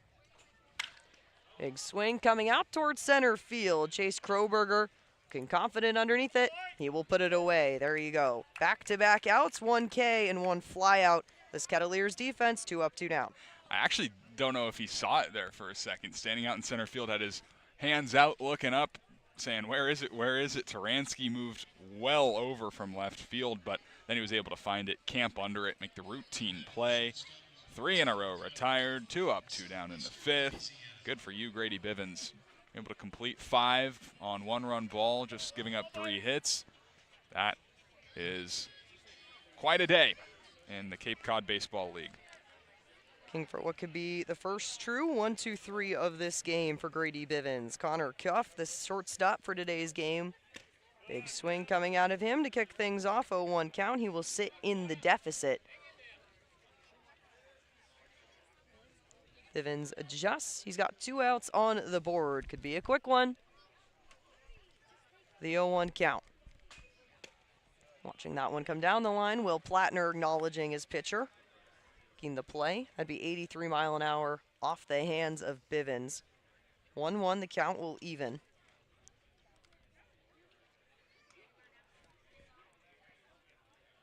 Awaiting the pitch. Down in the dirt. Don't have any runners on to worry about should the ball bounce out of control from Will Plattner. He's able to step up and toss it back over. Bivens will take a second to readjust, get his hands situated, and step back up onto the mound. Arms up before dealing the ball back in his gloves, spinning it around and getting the grip he wants. Up above his face, kicking it up for the 2-1.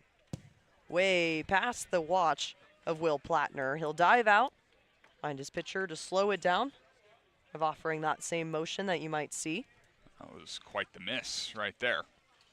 Well outside.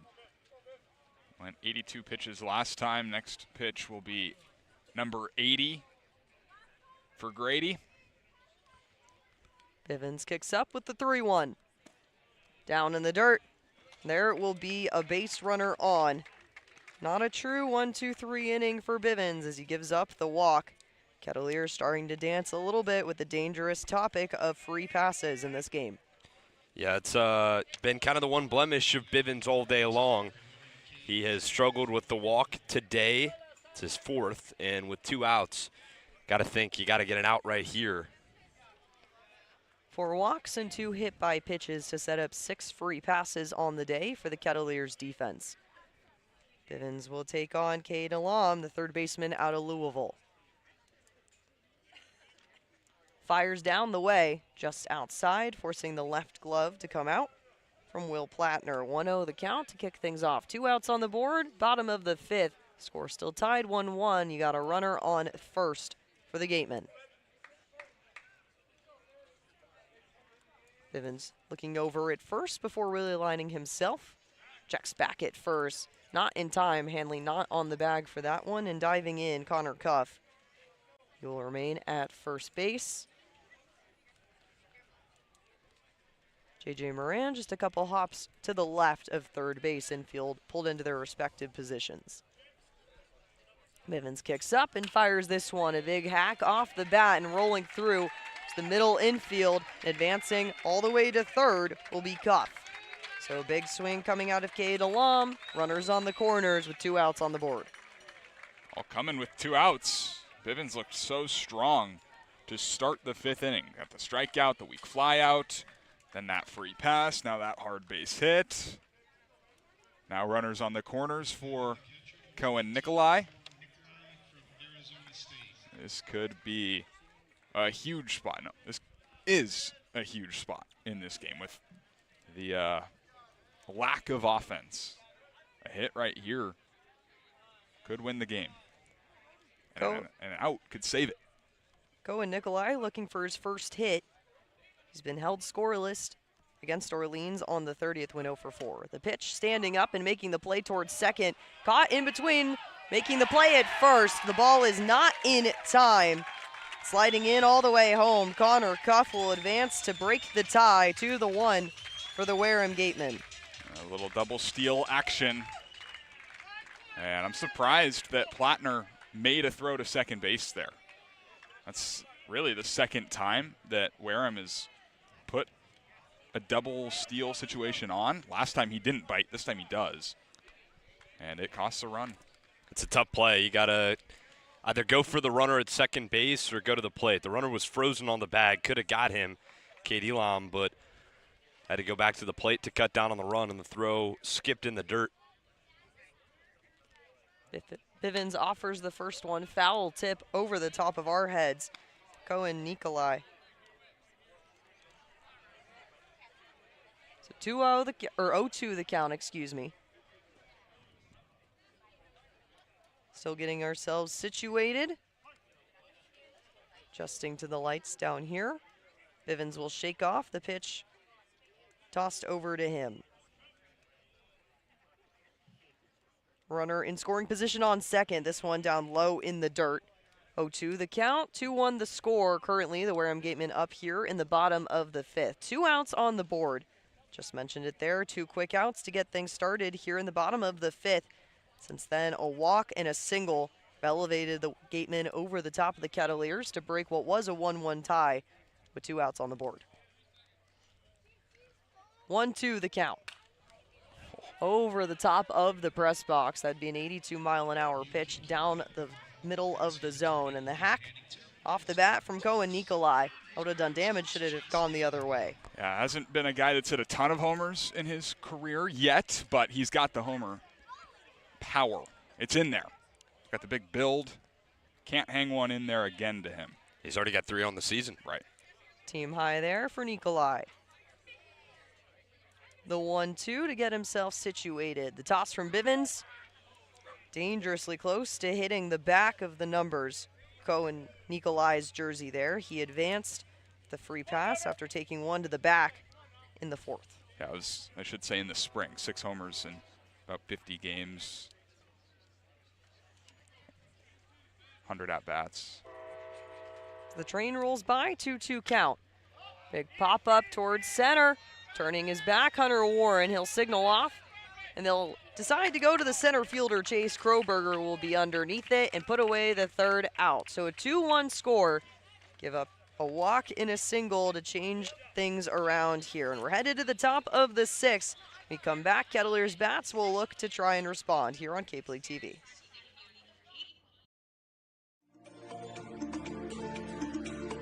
Proudly serving Cape Cod, Plymouth, and the South Shore since 1927, Paul J. Cazault & Sons are here to solve your roofing, siding, or gutter needs. They also offer window replacement, rotten trim repair, deck resurfacing, and many other exterior improvements. Get in touch with the experts at Cazault Roofing and Siding by calling 508-428-1177 or head to their website at cazault.com. That's CAZEAULT.com.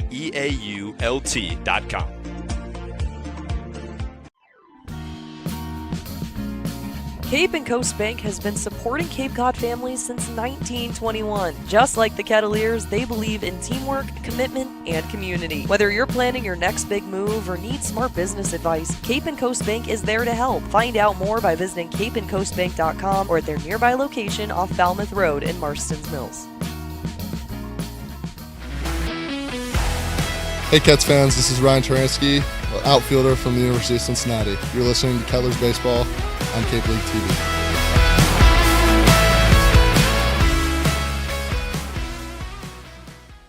Entering the top of the 6th inning, a new arm for the Wareham Gatemen. A lefty enters the game for the first time today. You've had 2 righties out with Ethan Baiotto and Bryce Turner. And now the Wareham Gatemen will turn to Jackson Hoyt out of Florida. Yeah, in his freshman year as a Gator, not a whole lot. Made 1 start, 7 appearances, 7 innings, 11 earned runs, 8 strikeouts so far on the Cape. With the Gatemen, 3 appearances, 5 innings, so not a whole lot to go off of in the Southpaw's career, but 6'3", 210-pounder, looking to keep this game where it's at with Wareham leading 2-1 in the top of the 6th inning. A funky, crafty little lefty, and Kettleers do damage against left-handed pitching. One of the best, no, not one of, the best offense against lefties on the Cape. Yeah, batting average improves by about 50 points. They're dead last against right-handers. Against lefties, hitting .267. They've hit 4 homers against left-handed pitchers, 768 OPS. And this is a guy who has struggled a little bit on the Cape so far. 6.75 ERA, 5 1/3 innings pitched. Possible for some damage for the Cats offense.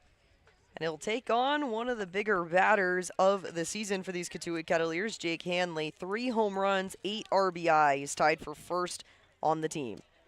First pitch way outside, down towards the left leg. 1-0 count to start things off here in the top of the 6th. 2-1 the score. Wareham up in the stretch here. Jake Hanley will continue with the 1-0 count. The dish, foul tip off towards the mesh, evening the count out 1-1. So Cotuit and Wareham evening things out with 4 hits apiece. Hanley's second pitch he will face 88 mile an hour off the left hand. Jackson Hoyt, Sunshine State kid, looks to dish another one. Flipping the bat up to keep this one in play, Cohen Nikolai helping make the count 2-1 for Jake Hanley. He had a 2-1 count back in the first inning before grounding into a 4-3. First pitch he saw back in the 4th was a fly out to 8. This one called a strike, evening things out, 2-2 the count. So you got 2 strikes on the board. Hanley with first time he's faced this situation here in the top of the 6th. He's the leadoff batter. Stepping off the mound and readjusting and calling his catcher up from his squat. Jackson Hoyt. Ko Nikolai will race out to the mound, have a quick chat. Himself situated, and he's relatively new to being on the mound, at least in the reliever role, both in college and here on Cape. He's getting himself situated with the new team that he's facing off against. Mound visit will conclude. Southpaw getting himself set up on the mound. Sealing his hand in the glove for kicking up the knee and dishing. This one will not be called in, or excuse me, Hanley rung out on that one. He will trot back to the dugout, his first K of the day. And that will make 6 Ks for the Wareham pitching staff. And 4 in a row. After the double by J.J. Moran, the walk of Chase Kroberger in the 5th. Since then, 4 strikeouts in a row. So Will Plattner will take to batting. Steps into the righty's batter's box. This one down low in the dirt. 1-0 the count to start things off. Gatemen up 2-1 here in the top of the 6th. It's been high 80s, low 90s on average from what we've seen out of these reliever arms. This one's dished. Clips the zone there, 1-1. Count evening for Will Plattner. He's seen at least 3 balls in each appearance, has walked both times, back in the 2nd and the 4th. Looking to battle back, he's a guy that has really worked his way through each at-bat. Hoyt dishes this one. Almost an immediate call on the strike there from Blue, 1-2. Get things started. So you've got a K. Jake Hanley caught him swinging there. Will Plattner looks to break what has been 4 consecutive strikeouts from Wareham Gatemen pitching staff. Hoyt on the mound, the lefty delivers. It's to be a bit of a check swing situation. They will ring him out there. That's 5 consecutive for the 2 relievers over the span of the 5th and the 6th inning. Yeah, boy, just too many strikeouts. Had a chance back in the 5th, now in the 6th, kind of the same story. 2 up, 2 down, 2 punch outs. Hoyt's not been a guy who goes to the strikeout a lot of the time this season, just 6 in 5 1/3 innings pitched, but finds 2 to start the top of the 6th. Guy on a bit of a hot roll here. Ryan Turansky, today's left fielder, 1-7 in the box, had a single. As he watches this one come in for a strike. He's a guy who typically takes on the first ball. We'll watch it to come in and try and see what he's dealing with there. It's a new arm since the last time he was at bat. Bryce Turner, he would not face. So he's getting used to the lefty arm. Turansky still looking for his first long ball of the season. This one down low, called strike 2. So an 0-2 count. Gatemen up 2-1 here in the top of the 6th inning. Turansky, the last guaranteed hope, should he advance, brings up Jesse DiMaggio. Turansky keeping the bat on his shoulder as he watches. Hacks this one down towards the play, and not in time for Connor Cuff to field it. Turansky with his 2nd hit consecutive on the day. Look at you, Carson, calling the guy. Well, he had 2 coming into the ball game in 32 at-bats, playing in 16 games, 16 of the 18 coming in. He's got 2 tonight. Sure, good for you. Have a day. Have a day on the Cape. Yeah, when it rains, it pours sometimes as a hitter, and that was a really good piece of hitting. He got fooled on a breaking ball, stayed in the zone, though, and slapped it the other way past the shortstop Cuff. Cuff able to put that one on. Turansky at first. Dish to Jesse DiMaggio, down low towards his knees. 1-0 to start things off. 2-1 the score here in the top of the 6th inning. Wareham still sitting atop, but you got a runner on for the Kettleers. It will not be a 1-2-3 inning. They will break the streak of 5 K'd out. Check back to first. Turansky sliding in time. It's kind of a bit of an awkward move down to first base. Really had to kind of do a bit of a dolphin dive or seal dive. Don't really know how to describe that one. Animalistic terms. Hoyt looks back at first with a healthy lead is Turansky. Jesse DiMaggio lines this one down towards center field. Turansky will round third. Jesse DiMaggio keeping himself safe at first, and look at that, runners on the corners. When it rains, it pours. Back-to-back hits for the Kettleers. A nice single from Jesse DiMaggio. What a swing, kid. Struck out in his first 2 at-bats. One of them on 3 pitches. Was pretty frustrated with himself. Then this time gets on the 1-0 pitch. That is on the screws. Now you got J.J. Moran, who's hitting 5 of his last 6. Time to do some damage. Time to take the lead. Why not? 1 run away from the tying score. The tying run 90 feet at third base, and Ryan Turansky, Jesse DiMaggio situated at first, and that brings up the 8th hole in J.J. Moran. J.J. had a double back in the 5th inning. Put the ball in play to score the tying run. He'll await the first pitch from Hoyt. Kicks and delivers. This one upstairs, just over the letters of the Cotuit Kettleers on J.J. Moran's maroon away jersey. He'll readjust his batting gloves, take a second, inhale, exhale. 1-0 the count for him. 2 outs on the board here in the top of the 6th. Kettleers getting some action on the base paths, runners on the corners. The 1-0. Goes around enough to be called strike 1 for J.J. Moran. Been patient, a lot of guys will take on the first ball, especially against a new arm in this game. Got 2 runners on, back-to-back singles, showcasing why the Kettleers are one of the best offenses against the Southpaws. The 1-1. Enough for strike 2. The fans getting excited behind us here. Spillane Field. It's a good backdoor breaker. Good pitcher's pitch. Not one that JJ can really do anything with. J.J. Moran taking a quick look back at blue before getting himself set. The 1-2 with 2 outs on board. The delivery. Pops this one out towards center field. Looking to drop. Making the play is R.J. Hamilton. He puts away 2 on base. J.J. Moran couldn't get enough height on that one or drop, and RJ Hamilton puts away the top of the 6th inning. Cotuit Kettleers still down 2-1 as we head into the bottom of the 6th. Boston Hand to Shoulder is the go-to team for Boston's professional athletes, musicians, workers, and families across New England. They are trusted orthopedic specialists for athletes and everyday people. So if an injury is slowing you down, Boston Hand to Shoulder is now on Cape Cod. Call 617-965-HAND for all your hand and upper extremity needs. Boston Hand to Shoulder, proud sponsor of the Kettleers. Cape and Coast Bank has been supporting Cape Cod families since 1921. Just like the Kettleers, they believe in teamwork, commitment, and community.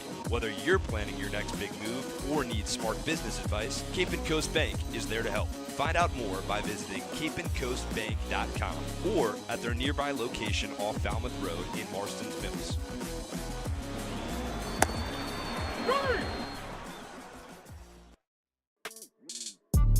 Hey Cotuit fans, this is Jesse DiMaggio. I'm a catcher. This is your home for Kettleers baseball all summer long. Catch all the action from Lowell Park on the road right here on Cape League TV.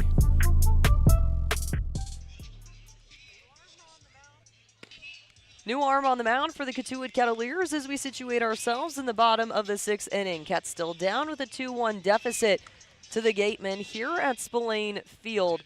It's been almost 2 hours since the first pitch was thrown, and the sun has officially descended behind the clouds. Lights are on, and a new arm who will take out Grady Bivens from this game. Jacob Burnham, a lefty out of Boston College. He spent some time there in the ACC the past 2 seasons, and Carson, lay it out for us. Well, making his Cape Cod and Kettleer debut, the southpaw out of Key West, Florida, 6 foot, 190-pounder, 2 years, and 2 very solid years as a Golden Eagle. A 5.02 ERA, 6 starts, 14 appearances in the spring of 2026, 2-2 win-loss record, 37 2/3 innings pitched. Gave up more than 2 home runs per 9 innings pitched in his freshman year. In his sophomore year, this year, gave up less than 1 per 9 innings pitched. So when he struggled in his freshman year, he really cleaned some things up. We're excited. He was just added to the roster today. He will face off against Tony Lira, the second baseman out of U of A. The first pitch tossed by Burnham. That will be outside the zone. Ball 1 awarded to the Wildcat in the box. Grady Bivens' day is done. He will not hit a new innings pitched record. So 5 on the day as the pitch comes down. Cack over the top of the broadcast booth. To our left, 1-1 the count, evening for Tony Lira. So Bivens with 4 hits, 2 earned runs, 4 walks, and 2 Ks finishes the day with a 3.86 ERA. Still a great day for Bivens. You got to tip your cap. Worked hard on the mound, then get the support. 1-1. There you go. Clips the strike zone. Pitchers count here, 1-2 in the bottom of the 6th inning. That says it came off at 79 miles an hour for the southpaw. The dish. Big swing coming out of Tony Lira, and have a ring up for the new kid on the block. The 3rd K of today's game awarded to Burnham. That's one way to introduce yourself. Strike out the first batter you face on 4 pitches. Sure, good for you. Put it in the rafters. Tony Lira will have his 17th K of the season there. First pitch to Noah Sheffield will be upstairs. I wonder if when you're on the mound, you see a swing like that, I wonder if it changes up how you do your approach. This one, ball 2. Plattner doing everything he can to bring this one in, but kind of a frantic swing like Sheffield has. Wonder if that changes how you approach the toss. 2-0 count. Big hack off this one, sending it over the heads of the grandstand just directly to us. No cars are in trouble here. 2-1 the count. Cats still down 2-1 against the Gatemen here. 1 out on the board. Yeah, I think it does give you confidence, and it gives you a read, right? If there's a check swing, even the way that guys take pitches give you info as a pitcher. This one out towards the left foot of Will Plattner. He'll bring it back in, toss it up, make the play back over to his man on the mound. 3-1 count with 1 out on the board. The lefty Jacob Burnham in his first debut as a Cat. Tosses this one downstairs. He will give up his first walk, though, as a Cotuit Kettleer. Free passes continue for Ket's pitching staff. It's been the story of the past 2 days, and Burnham comes in, punches out the first. Now he's got a runner on first as well. Walked him on 5 pitches. Back to the top of the lineup for Jason Wax. Jason Wax takes his spot in the lefty's batter's box. Plattner getting set behind him. He got 1 runner on. Noah Sheffield will be situated at first base. Jake Hanley, not too much of a lead off. Burnham checks back to first and dishes. This one hammered towards right field. Landon Beaver running to make the play, and it will drop. Going around the bases, Noah Sheffield will get himself at third, and oh, it's gone. That one sent past the wall. Landon Beaver unable to put it away. Jason Wax, this first home run of the season in a Wareham Gatemen uniform. He will trot down the way, and the lights will flash here. It's not a power outage here at Spillane Field. Will signify a 2-run homer to put the Wareham Gatemen up 4-1. Ball was touched. Could swing off the bat of Wax. Jumped on the first pitch fastball in the inside corner, and it's a 4-1 ball game. Just deposited that one over the right field fence. It's hard to get one out here. 330 down the right field line, 325 down the left field line, and he got all of that one to right. Wareham Gatemen rank 9th overall with 6 home runs. This one is bunted in. J.J. Moran looking to make the play, but it will not be in time. R.J. Hamilton with the quick bunt lay down to get himself to first. What a change of pace it's been here just in the bottom of the 6th. Yeah, I mean, the homers have been a problem over this last, week or so. 5-game losing streak towards the end of a really long, grueling stretch. 9 games in 10 days, so guys really stretched out right now. But Burnham making his first appearance of the summer. Gives up a homer to a guy that's really good. Now a bunt single. 1 runner on, 1 out on the board. Takes on the 3rd hole in Nate Nowitzki. He'll watch this one go away. Ball 1 called. 4-1 now the score. Wareham against Cotuit. 2 teams who sit pretty near each other in terms of most offensive stats so far this season. Wareham taking a bit of a lead here in the bottom of the 6th.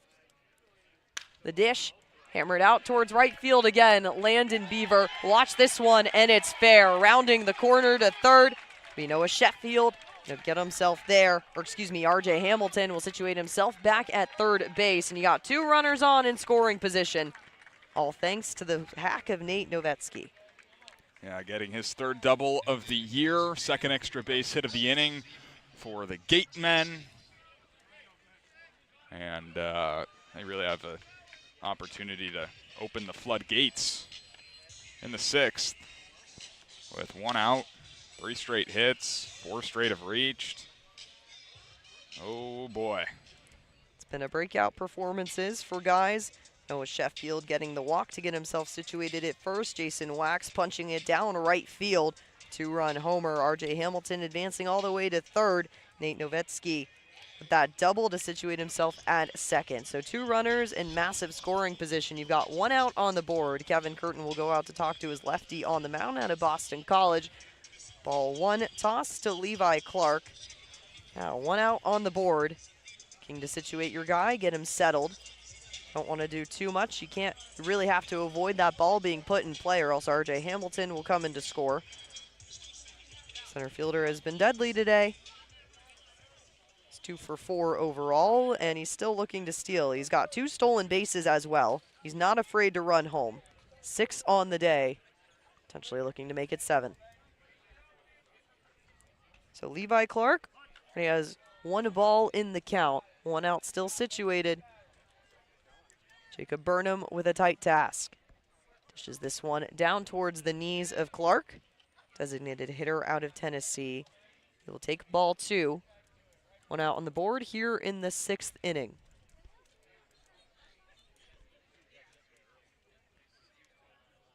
Back close to the helmet of Clark. Burnham flares the leg out. This one downstairs as well. Popping out of the squat will be Plattner. 3-0 the count. 1 out on the board. 4-1 score here. Wareham taking full advantage of a 2-run homer out towards right. 330 was not hard to hit for Jason Wax. The 3-0 count. This one downstairs, and the bases will be loaded, or they will readjust that one. Still 3-0. 1 out on the board.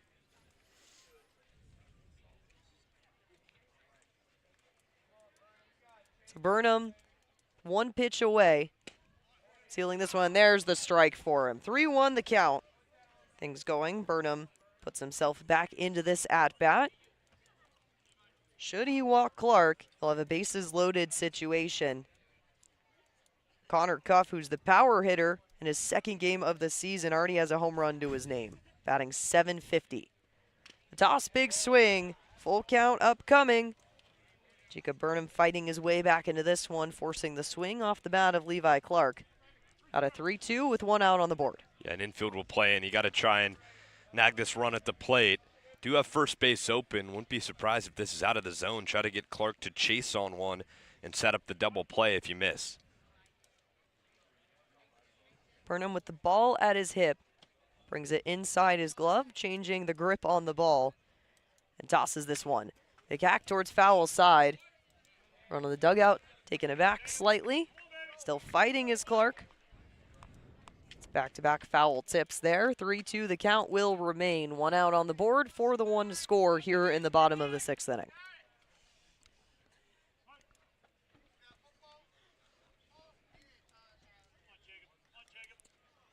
Jacob Burnham 1 pitch away from putting the 2nd out on. This one way upstairs. Ball 4 awarded to Levi Clark, and he'll trot himself over to first. Got a bases loaded situation. Tends to be a familiar subject with Kettleers defense. Well, talking about the homers, 6 homers allowed in the month of July. That's the most on the Cape. And it's the Kettleers. Kettleers have played 3.5 games, giving up 6 home runs. Jacob Burnham with the bases loaded, 1 out on the board. Getting himself situated. Face off against Connor Cuff. First toss. Just be outside. Ball 1 awarded to the lefty shortstop. Coming out of a game against Bourne, hit 1 home run, went 3 for 4 with 2 RBIs, batting .750 out of 1 game of play. He's a power hitter. Burnham with the 1-0. Big swing coming out of Cuff. Make that 1-1 to get things situated. Cuff so far today has walked twice, made it all the way home, stole a base back in the 5th, grounded into a 4-3 back in the 1st.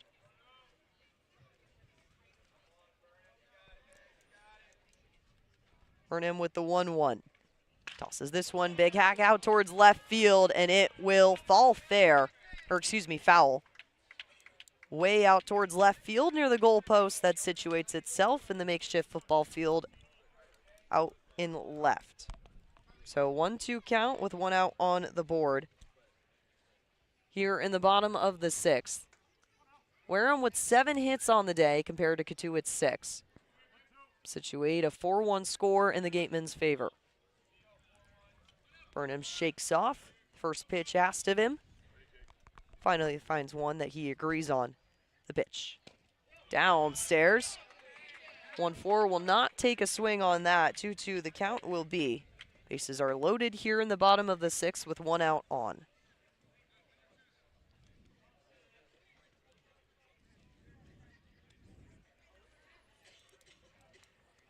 Connor Cuff still fighting his way through this at-bat against the lefty on the mound in a Kettleers jersey. The dish. This one hacked into the glove of Hunter Warren, looking to turn the double play. It'll go to second, it'll go to first, and there you have it. Kettleers survive a bases-loaded situation, but not before giving up 2 runs off a homer of Jason Wax. Jacob Burnham in his first outing as a Kettleer will trot back to the dugout. We have ourselves a bit of a ball game as we head to the 7th. We'll be tossing things over to Carson Mercier when we come back on Cape League TV.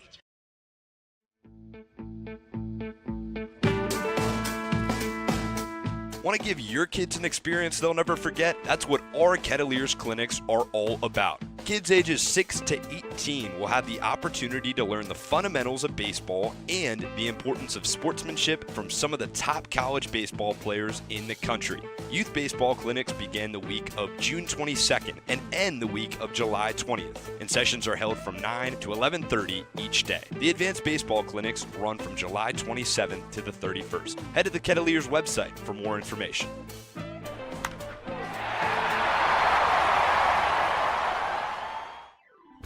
A Generac generator from Mercier delivers more than reliable backup power. It delivers peace of mind.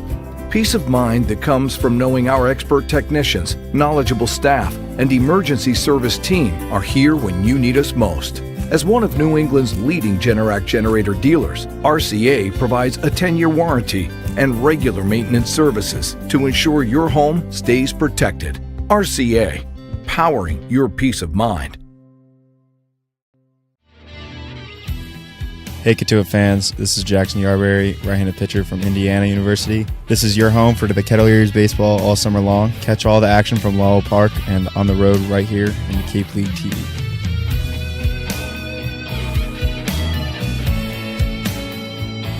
Top of the 7th inning in a 4-1 game. Wareham, the 14-4 Wareham Gatemen leading over the Cotuit Kettleers, the 4th and 5th teams in the West Division. And the fourth arm used by Ryan Smith for the Gatemen. It's Jake Switzer. Yeah, Switzer's a guy who faced the Kettleers on opening day, actually, out of Louisville, 6 foot, 205-pound right-handed pitcher, and came in 23 appearances. Started 3 games, a lot of arms tonight. Go back to a righty, kind of a three-corner slot for the Louisville Cardinal. Had a really good freshman year, the 2.34 ERA and 42 innings of work. This most recent spring, 34 innings and a 6.88 ERA. So he's going to look for a good outing right now, leading by 3 runs. He's got a 3.97 ERA in 6 games, 11 innings pitched for the Gatemen this summer. Yeah, but he did not have a great outing on opening day against these Kettleers. He went 1 inning pitched, gave up 3 hits, 4 runs. Only 1 of them was earned.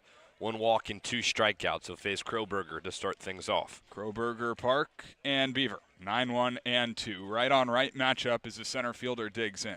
First pitch from Schweitzer. This is inside. 1-0 the count. Kettleers trying to get on the board for the first time since the first inning. Dawson Park led off the ball game with a triple. Landon Beaver grounded out to shortstop to score the run, and since then, it's been nothing. 1-0 pitch. Schweitzer working from the stretch, and a fastball just misses outside. 2-0. Kets have had opportunities, though. 2 runners on, left on at the end of an inning in the last 3 innings. The strikeouts have really increased in that time as well. 2-0 pitch. Kroberger takes inside, has to pull his hands out of the way of an 88-mile-an-hour fastball, and it's 3-0. A walk would be a good place to start for the Kettleers on a 5-game losing streak, in danger of making it 6. Schweitzer is set, pitch on the way. A statue take from Kroberger for strike 1. Fastball at the top of the zone, again at 88 miles an hour. Wareham got 1 run in the first following the run by the Cats. A run in the 5th, and then 2 in the 6th. Kroberger sends this in the air to right field, not too deep. It's Jason Wax there to make the catch. And Kroberger is retired for out number 1 in the 7th.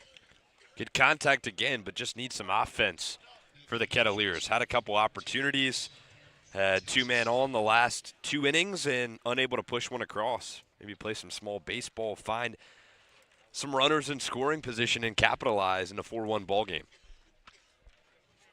There's Dawson Park after time is called. Cohen Nikolai going out there to talk with the pitcher. Schweitzer is in relief of Jackson Hoyt, who pitched a scoreless 6th inning. Punched out the first 2 batters he faced, then couple of hard-hit singles by Taransky and DiMaggio, and got J.J. Moran to fly out into center field. Really nice running play by R.J. Hamilton, the center fielder. Robbed J.J. of what could have been RBI base hit. First pitch to Park misses low.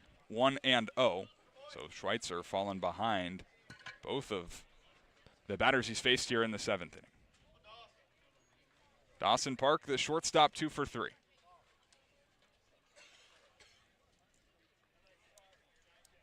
A 1-0 pitch from Schweitzer, the righty, swing and a miss. Went down to a breaking ball in the dirt, and Park could not lay off. Dawson struck out in the 5th inning. Had the triple, of course, in the 1st, and then the single in the 3rd. 4-1 the score, Wareham and Cotuit. Schweitzer comes home, and a fastball runs inside, 2-1.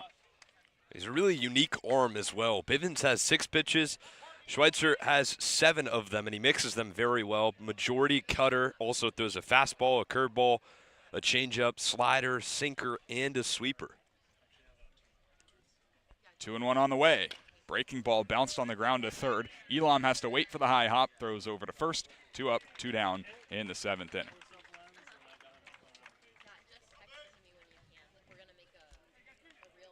Yeah, offensively in this stretch in July for the Cats, they've been pretty solid. They had 8 hits yesterday against Falmouth, but today just 1 on the board in 6 hits. Landon Beaver, right fielder, digging in from the left side. 0 for 3 day, but does have the lone RBI for the Kettleers. Right on a left matchup with 2 outs in the 7th. Schweitzer comes home. Beaver swings at the first pitch, sends it in the air to right field. Starting in was Wax. Now he's going back to make the catch and end the inning. Beaver gives it a good ride, but Wax is there. And a 1-2-3 for Jake Schweitzer. We'll stretch it out here at Spillane Field. 4-1, Wareham leading.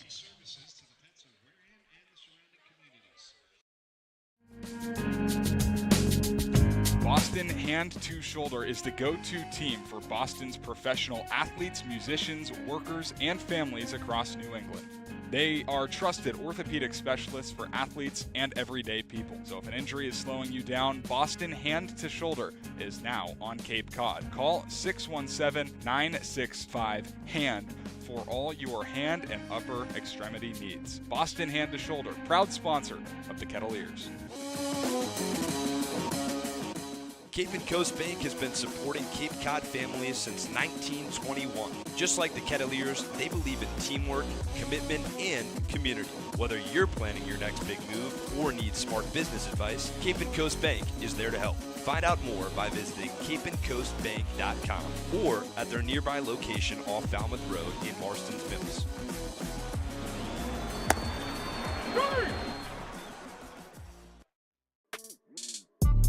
Hey Cotuit fans, this is Jesse DiMaggio. I'm a catcher. This is your home for Kettleers baseball all summer long. Catch all the action from Lowell Park on the road right here on Cape League TV. 4-1 the score as we go to the last of the 7th at Spillane Field. Wareham with the lead over Cotuit. The Cats have 1 run on 6 hits. Wareham 4 runs on 7 hits. A 2-run homer by Jason Wax in the 6th inning.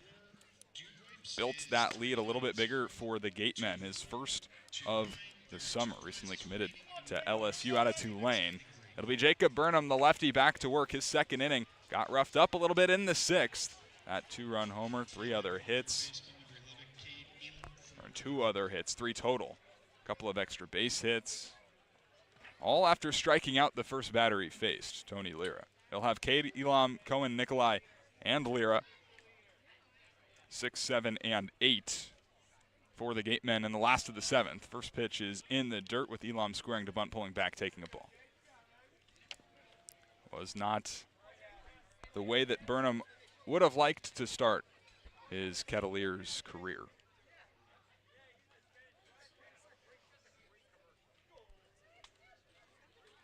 One 1-0 pitch is hit on a line into left field. That'll dunk in front of Ryan Taransky. A leadoff single for Cade Elam. He's got his 2nd hit of the evening. Yeah, Gatemen have just been hitting the baseball today. It's not a team that entering today was known for their bats, but it's been kind of a trend. Burnham worked around a couple of hits, the long ball, got the double play with the bases loaded. That was big time. Now you got to work with the runner on first again. Cohen Nikolai, the catcher out of Arizona State, right-handed batter looking for his first hit. Burnham comes home. Fastball fouled off of home plate umpire Mike Griffin. 0-1. He'll rattle the cage a little bit.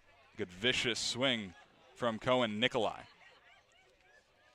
Try to put one over the fence in left field, 325. He's taken some big cuts today as Nikolai, but he's warranted 3 homers on the year.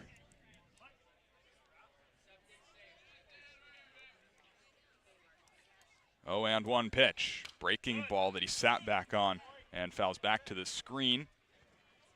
Burnham quickly ahead. No balls and 2 strikes with nobody on, or nobody out and a runner on in the bottom of the 7th.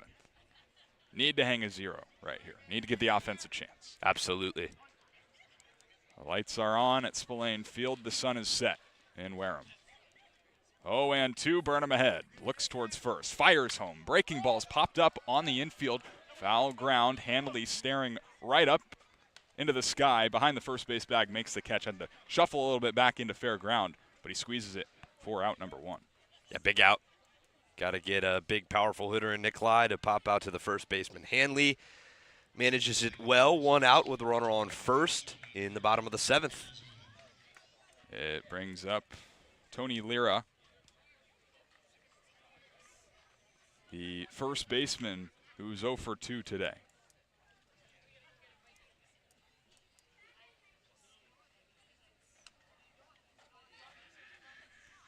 His first pitch to him is in the dirt, 1-0. Lira started the season super hot in his first 7 games, but only 2 hits in his last 9, including tonight.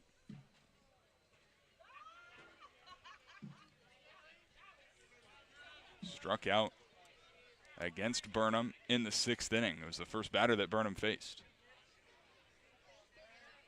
1-0 pitch. Home. It is fouled back. It sounded like the third base dugout housing the Gatemen wanted a balk, but didn't get it. It's a bit of a flinch of the right leg of Burnham on the hill. Wareham leading 4-1, bottom of the 7th inning. Burnham knotted up with Tony Lira. 1 ball, 1 strike count. Pitch home. Fastball darts inside. Lira has to lean out of the way, and it's 2-1. Kettleers pitching has struggled in the month of July. Have given up a league-leading 6 home runs in just 3.5 games.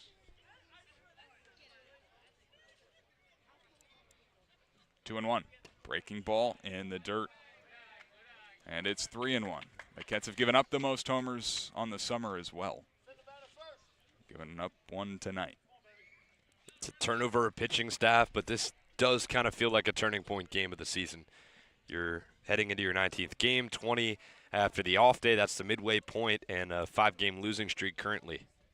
3-1 pitch is high by the hands. It'll be a walk. 5-pitch walk at that. And runners are going to be on first and second for Noah Sheffield with 1 out. Something that Coach Cooper has emphasized is dealing with the long stretches where you have some tough outings, some tough appearances. The offense has somewhat been there the past couple of days. They're stagnant tonight. Kettleers playing 9th game in 10 days. It's been a long stretch that they have struggled through. First and second for the left fielder, Noah Sheffield. Takes in the dirt. Plattner blocks it. It kind of shoots towards the third base dugout, but he's able to jump on it quickly enough to keep Alam on second and Lira on first. This is going to call for a mound visit. Kevin Curtin will go talk to his lefty up on the mound, and we've heard it a couple of times throughout the season, the emphasis on the first pitch strike. Just getting command of the zone early puts you in a good headspace. You give up 7 walks on in the night so far. You're dancing dangerously close to Falmouth territory numbers, and that's really what allowed a lot of those runs. Falmouth didn't put up too many hits on the Kettleers. It was more the base path running that they scored on, and that's why you had over 24 runs allowed by the Commodores' offense there. Kettleers really needing to zone in on the walks there, and have to wonder, we can't see the bullpen whatsoever from our end, at least on Cotuit's side. Have to wonder if there's an arm getting set there. Yeah, and by my count, that is 4 hitters and just 1 first pitch strike for Burnham. In his second inning of work, facing a little bit of baseball royalty here, son of Gary Sheffield. Noah is 0 for 2, walked in the 6th, scored on the 2-run homer by Jason Wax. 22-year big league career for his father. 509 career homers, won a World Series in '97 with the Marlins, a batting title, 9-time All-Star. Never played on the Cape, though. 1 ball, no strikes, 1 out, 2 runners on. Alam off second, Lira off first. Left on right matchup. Burnham home, pitch is fouled back to the screen. Big cut from Sheffield, who, if you can picture Gary Sheffield's swing, remember what that looks like. It won't be very hard to picture what Noah's swing looks like. Puts his hands up by his right ear and waggles the bat rather aggressively. 1-1. Big leads for both base runners as Sheffield sends this in the air to deep left field. It's hooking towards the corner. It'll be a foul ball. 1-2. A long strike for Noah Sheffield. Bit of dangerous action there off the bat of Sheffield. That left part of the field is definitely shorter than the right. So you had the 2-run homer go 330 on that side. It's only about 5 feet shorter, 325 going down left. Take full advantage of it. Sheffield waggles as he stares back at Burnham. Burnham set, pitch home, breaking ball, swung on and missed. A beauty of a pitch for Jacob Burnham to get his second strikeout of the evening and second out of the 7th inning. Yeah, and a big spot, too. Runners on first and second. Just a couple feet from giving up a double, comes back and throws a wicked breaking ball at the bottom of the zone to punch out Sheffield. It's back to the top for Wax with 2 down and runners on first and second. Wax, who hit his first home run of the summer in the 6th inning off of Jacob Burnham. Left on left crime. Burnham going to get a second chance at him here with 2 on and 2 out. First pitch to him is outside. Maybe a little bit of miscommunication. Plattner's glove was late to get to the spot. Either way, ball 1. 4-1, Wareham leading over Cotuit. Game 19 of the Cape Cod Baseball League regular season. Game 2 between these two teams. First since opening day. 1-0. Breaking ball, that's a strike. Outside corner. Never a doubt from home plate umpire Mike Griffin.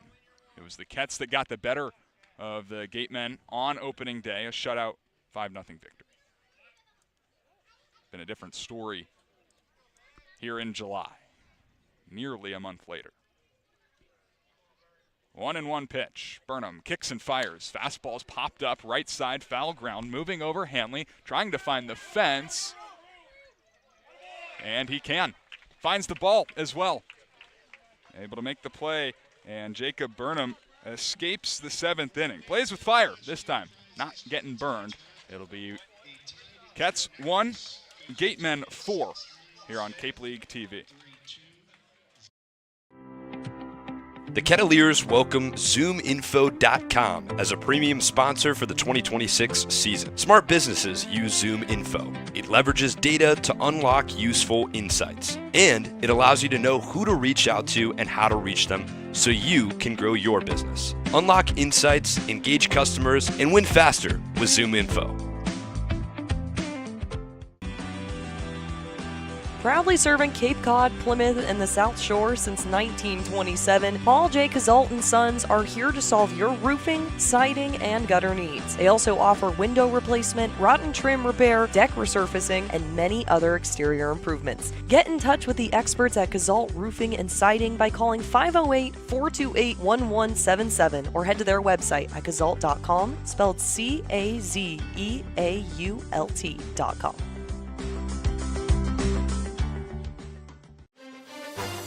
Hey Kets fans, this is Brady Chrisman, catcher and outfield from Mississippi State. You're listening to Kettlers Baseball on Cape League TV.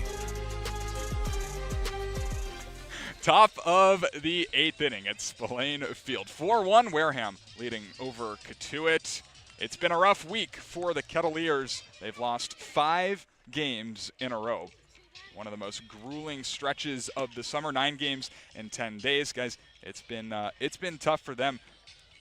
Trying to make some magic happen here with 6 outs left. Yeah, 6 outs left. You're in the top of the 8th inning. Kettleers know this ballpark, and when it comes to losses here at Spillane Field, it's never easy. It definitely looks like a gettable ballpark from the dimensions, 325, 400, and 330, but it's the arms on the mound for the Wareham Gatemen that always prove to be a little testy. Cotuit hasn't also gone yards since a year ago tomorrow. It was Jack Natilli's grand slam in a 19-6 loss. Jake Schweitzer is back to work, second inning of relief. 3-4-5 for the Cats. Hunter Warren to lead off the 8th inning. First pitch is swung on and grounded to the shortstop, Connor Cuff, who has to come up and field it on the infield grass, able to throw to first in time. Successful out number 1-on-1 pitch for Schweitzer, who worked 1-2-3 in the 7th. Yeah, it kind of feels like, again, said it earlier, but a turning point of the season. It's almost the midway mark, 19th game of the year. After the off day tomorrow, they'll play their 20th game at home, and the start of the losing streak was on the 29th against the YD Red Sox, and that was a start for Bivens, so it kind of feels like a full circle situation. Here's Jake Hanley, left-handed bat, taking a strike on the outside edge. 0-1. Full circle indeed, and it has felt like there have been struggles in different areas for the Kettleers. It hasn't been, just the offense lacking. A 1 pitch misses in the dirt, and it hasn't just been the pitching either. It's almost been a mix. Early on, felt like the Cats could have done a whole lot more with the offense, left a lot of runners on base. These last few games, though, it's kind of been the pitching, the homers. 6 homers allowed in the last 4 games. 1-1 to Hanley, fouled back to the screen. Yeah, you're right, 100%. And the offense has been productive. Yeah, and that's kind of been the up and down. That's one of the things Coach Cooper has acknowledged. He says, in his own words, that it hasn't been a complete game of baseball in 5 days. So the offense has clicked the past 2 days, especially Friday. You put up 11 runs and then 6 yesterday, some late offense, but pitching has struggled all of a sudden. Ball and 2 strikes, strikers home, Schweitzer home, and it's 2-2. It'll be a much needed off day for the Kettleers tomorrow. You can say the second was an off day, but the team was up in Boston for Fenway Day, so still a travel day. 2 balls, 2 strikes with 1 out in the top of the 8th. Pitch home. Breaking ball. Hanley checks his swing. They'll appeal. No go. Almost looked like he swung while trying to get his back left foot out of the way, but it'll be a ball.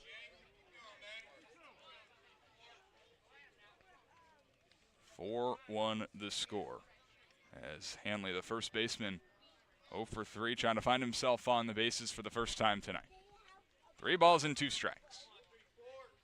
Schweitzer kicks and fires. Fastball that darts outside. That'll be ball 4. First base runner for the Cats since the 6th inning is a 1-out walk for Jake Hanley. In this stretch especially coming up throughout this week, it feels like a stretch where the Cats can get hot. They have a favorable schedule, the off day tomorrow, and then 2 home games into another off day before traveling for the weekend set. But that feels like a chance to get momentum, and if you can steal one tonight, that's another additive bonus to a doable stretch coming up. Yeah, 3 of the next 4 will be at Lowell Park, so a lot of home games incoming. Here's Will Plattner, the catcher. First pitch to him, breaks right down the middle of the plate for a strike. 0-1. They'll have Harwich on Tuesday, Falmouth on Wednesday, a familiar opponent. Falmouth, they'll be playing each other for the third time in essentially 8 days, 5 days. Be playing 5 times against Falmouth this month as Plattner rolls this one over the third base dugout to foul ball. 0-2. Off day Thursday. Travel to Orleans, a 6:30 first pitch on Friday. Back at home Saturday against Brewster. Got to find a way to pick up at least 2 wins in that stretch. Would love 3. 0-2 pitch. Here it comes. Breaking ball. Plattner spits on it, and it's 1-2. The catcher, Plattner, walked in his first 2 plate appearances, struck out in his 3rd and the 6th. Has walked as many times as he struck out this summer. In 19 at-bats, he's walked 6 times, struck out 6 times. 1-2 pitch. Plattner swings right on through it. It's the 3rd strikeout for Jake Schweitzer and the 2nd out of the 8th inning. Got a base runner on first. You need to get some momentum going here. Taransky's the perfect guy, in my opinion, to have walk up to bat. So far, you had the ground into a double play back in the 2nd, but since then, consecutive singles both times around. He's made it to first in both those appearances. There's a reason. He's got the most amount of walks. He's disciplined at the plate. Knows what to do. You just got to move Jake Hanley down to 2nd. 4-1 the score, top of the 8th inning. Hanley on first with 2 outs as Taransky climbs in, swings at the first pitch. He chased one, and he tried to hold up, but he just couldn't. It's 0-1, a pitch on the dirt. Taransky 2 for 3 today after grounding into a double play in the 2nd inning. Has hit 2 baseballs very hard for a couple of singles. A guy that came into this game with 2 hits on the season. Here's a breaking ball that catches the zone for a strike. That was at the very bottom of the zone, but a strike nonetheless.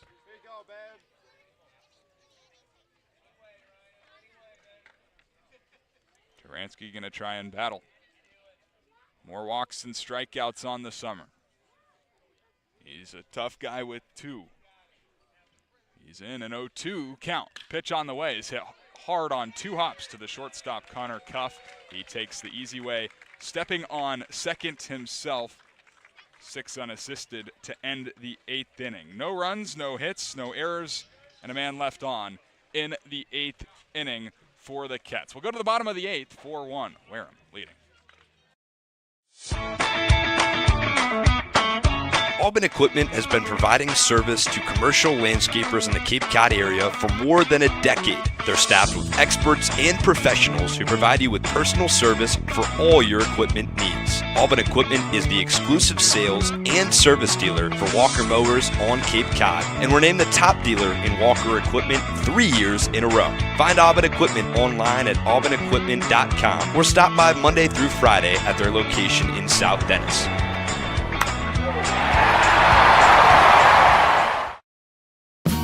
The Kettleers welcome ZoomInfo.com as a premier sponsor for the 2026 season.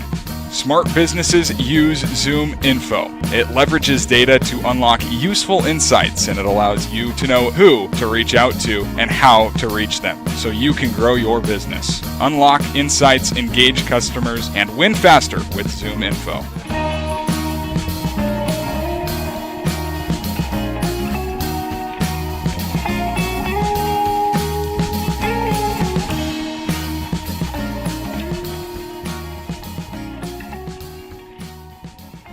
Last of the 8th inning at Spillane Field, 4-1 Wareham leading over Cotuit, and from one Boston College pitcher to another. Jacob Burnham to Kyle Kipp here in the 8th inning, trying to limit damage, send this to the 9th, and give the Kets a chance to win a baseball game.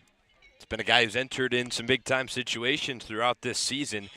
Had some bad breaks, the 6'2", 200-pound right-handed pitcher out of Boston College. He has been credited with 2 L's, but a late-inning guy, an all-star on the Cape last year for Brewster, comes in a 3-run ball game in the 8th. He relieves his teammate Jacob Burnham, who went 2 innings, gave up 4 hits, 2 runs, both earned. 3 walks and 2 strikeouts in his Cotuit Kettleers and Cape Cod League debut. So maybe not his best stuff. 1 run in the first inning for the Kettleers. Quickly responded, or Wareham quickly responded in the bottom of the first with a run of its own. Gatemen also got 1 in the first, 2 in the 6th, and that's where we stand. 6 hits for the Kets, 8 for the Gatemen. And Kyle Kipp, like you said, Liam, has been thrown into some big-time spots. This one, I mean, still a very gettable game, but trailing by 3. It's not the save situations that he's seen as of late, but still an important spot, as he'll have R.J. Hamilton, Nate Nowitzki, and Levi Clark, 2, 3, and 4 for the Wareham Gatemen in the bottom of the 8th inning.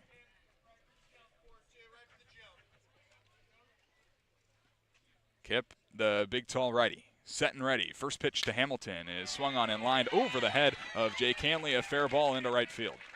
It's another base hit for R.J. Hamilton, his 3rd single of the day. He's 3 for 5, and a leadoff base runner for the Gatemen in the 8th.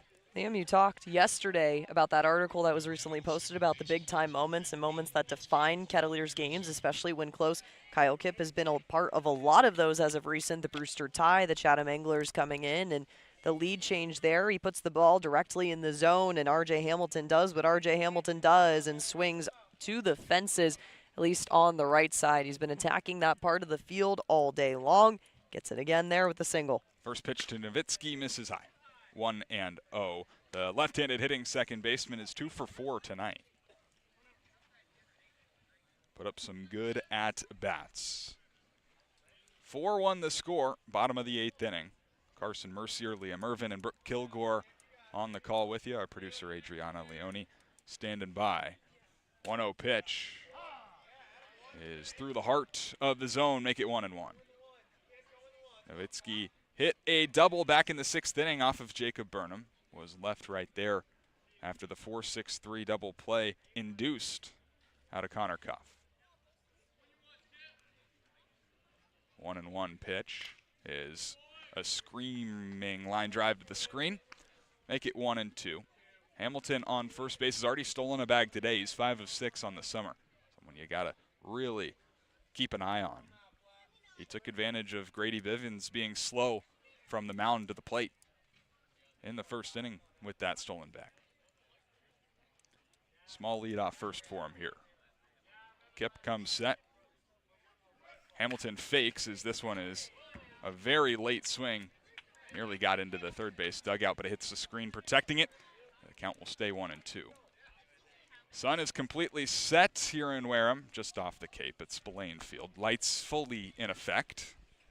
I think it could have been a pretty nice sunset had there been a little fewer amount of clouds. Ball and 2 strikes, nobody out, bottom of the 8th. Kipper looking for a grounder. Here's the pitch. Rolled over, right side, second baseman Warren charges, tags the runner, throws to first, and in time at first, and they're saying he could not get the glove on R.J. Hamilton. I don't know. It was pretty close. Yeah, Coach Cooper's going to come out to check on it.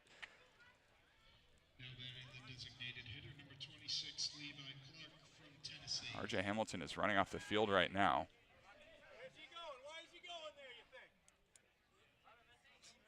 R.J. Hamilton had completely ran off the field. He's kind of standing 5 feet away from third base. Get a sliding mitt for his hand. Interesting there. Umpire Jake Brickta talking with Coach Cooper. And now the 3-man crew is going to get together and talk this thing over. From where we're sitting, I think we had a pretty good angle, and it did look like Warren was able to get the glove on him. But I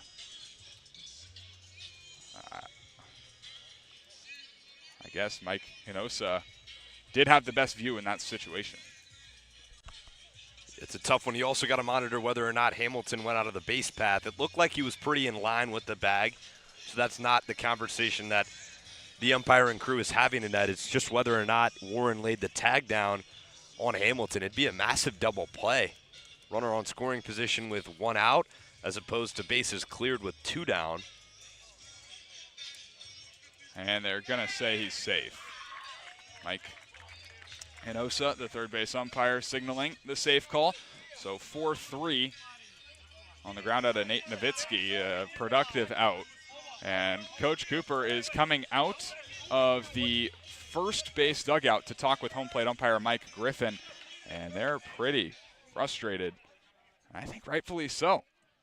We've seen Coach Cooper in a few spots like this year, not afraid to show some emotion. He's already been thrown out of a ball game.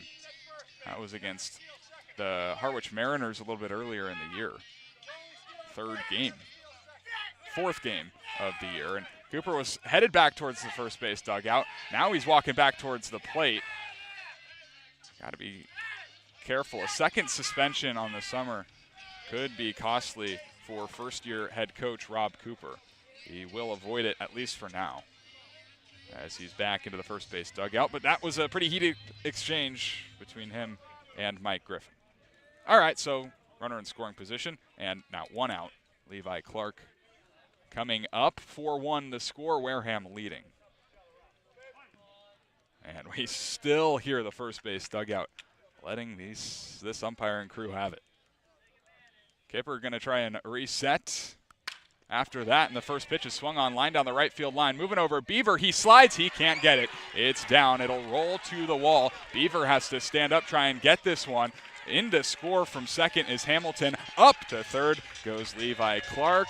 It's an RBI triple. His 4th RBI on the summer. First triple of the summer, makes it 5-1. Yeah, it's a momentum-shifting play right there. A lot of debate about whether the tag was laid down at second base, and again, that's a big play. You get a runner on second base with 1 out, and that happens. A triple to the wall. Beaver laid out for it in right field, couldn't find it. Infield will have to come in, and it's a 5-1 ball game now. Connor Cuff, the shortstop, will stand in. Man on third, and only 1 out. That's just the way that things have gone over this 5-game losing streak for the Kettleers. Nothing has gone right. First pitch, breaking ball, clips the outside corner, strike 1. Cuff, the shortstop, has walked a couple of times, scored a run. He's 0 for 2. Like you guys said, infield is in, trying to do anything possible to keep that runner on third base. Left-handed batter is ready. 0-1 pitch on the way, skips in the dirt. There's a fastball at 92 miles an hour. Now 10 hits for the Wareham Gatemen. Statistically, the worst 2 offenses on the Cape have put up some good swings today. Gatemen needed a game like this. 1-1 is in the dirt. 2 balls and a strike. Last night, Wareham had a 3-0 lead after 5 innings against Bourne. Ended up losing the ball game. So, if that gives you any hope for the top of the 9th inning. It's a possibility. Always is. Cats have had some late offense as of late. And Kettleers scored 3 times in the 8th inning of yesterday's game, which would be the final inning of play after the game was called due to darkness. 2-1 count with 1 out in the bottom of the 8th.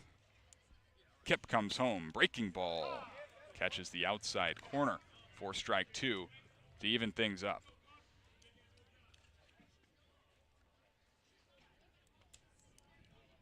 Levi Clark leading off third after his RBI triple.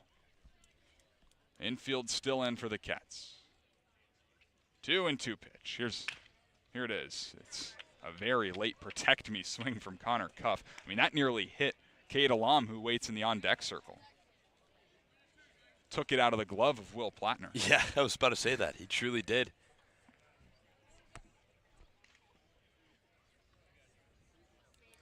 There is action that we can hear, can't see in the Kettleers bullpen.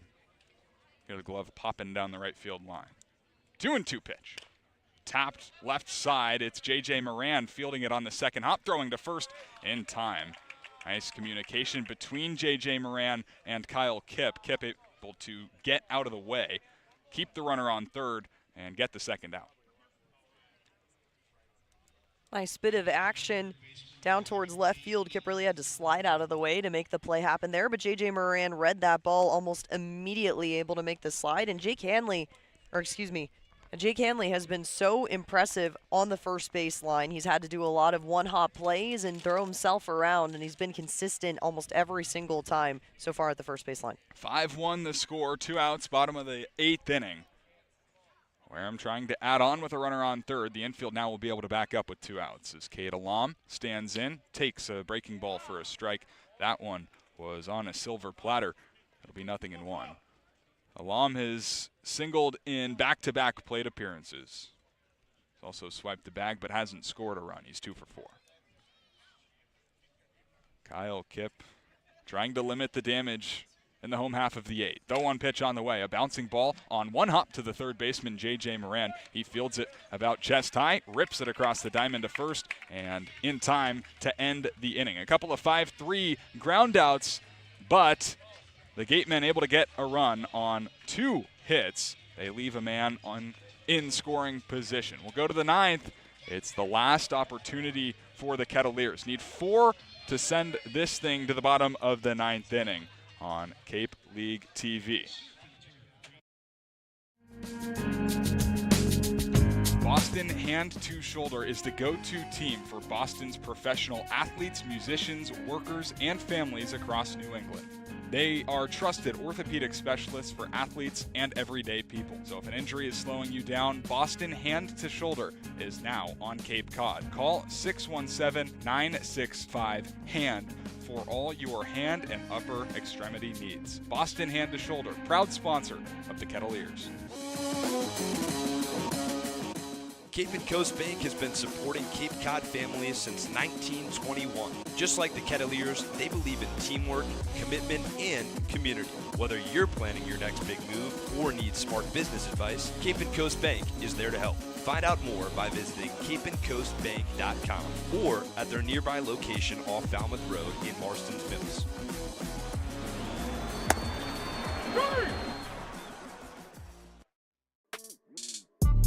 Hey Cotuit fans, this is Jesse DiMaggio. I'm a catcher.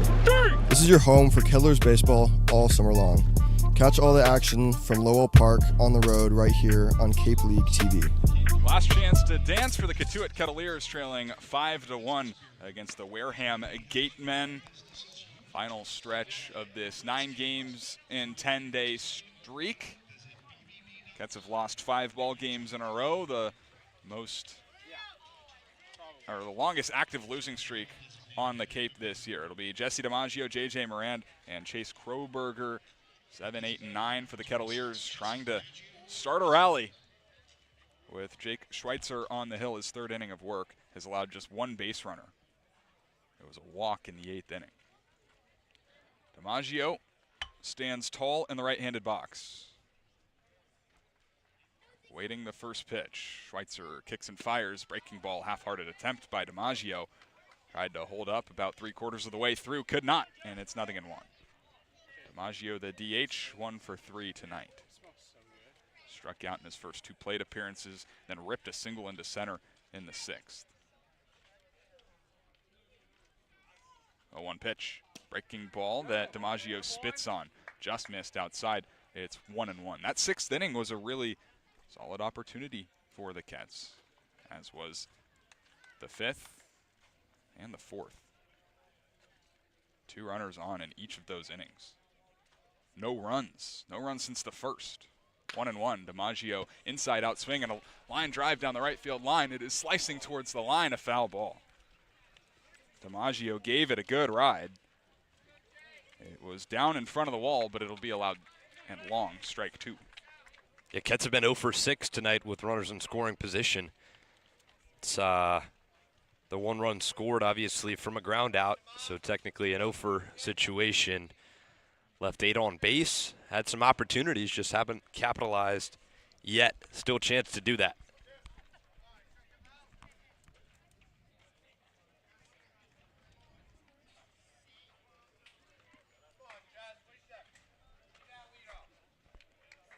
Schweitzer comes set. 1-2. Breaking ball. Wow, that did not miss by much. Stone cold take from DiMaggio to even the count, 2 balls and 2 strikes. DiMaggio has picked it up with the stick as of late. Trying to keep the good streak going. 2-2. Breaking ball hammered in the air to left field. That will get down in the corner, roll all the way up to the wall. DiMaggio turning around first. He's headed for second. Sheffield gets it in quickly, but not quick enough. It's the leadoff double for DiMaggio in the 9th inning. Have a day, kid. There you go. Jesse DiMaggio, since that home run against Hyannis, has started to go into his groove. You saw him do his typical first pitch swing, get a feel for the new arm that he's facing up there, number 55, and Schweitzer takes the attempt down right field, doesn't work, falls foul, send it on down to left. What a hack out of him. Great stuff for the leadoff swing. Here's J.J. Moran, who's also doubled in this ballgame. 5-1, Wareham leading in the top of the 9th inning. First pitch to Moran is up by the chin, 1-0.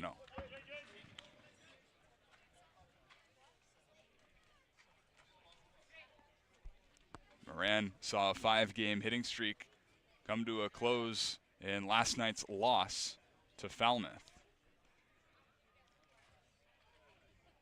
1-0.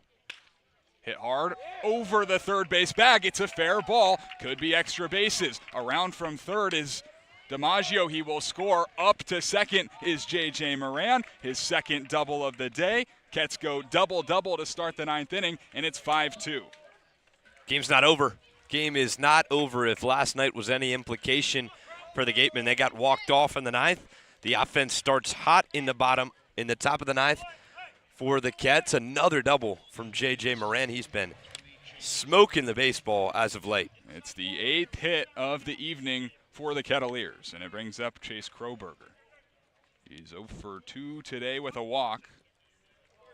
1 for 10 to start his Kettleer career. Moran leads off second base. Schweitzer comes home. First pitch is fouled up over our heads just in front of the first base dugout. It'll be 0-1. So finally the Kets starting to get some action going. Hadn't had a hit before that since the 6th. Schweitzer had come in and retired 6 of his first 7 batters faced, as there's a strike to Kroberger. It's 0-2. Top of the order looming. Dawson Park, Landon Beaver.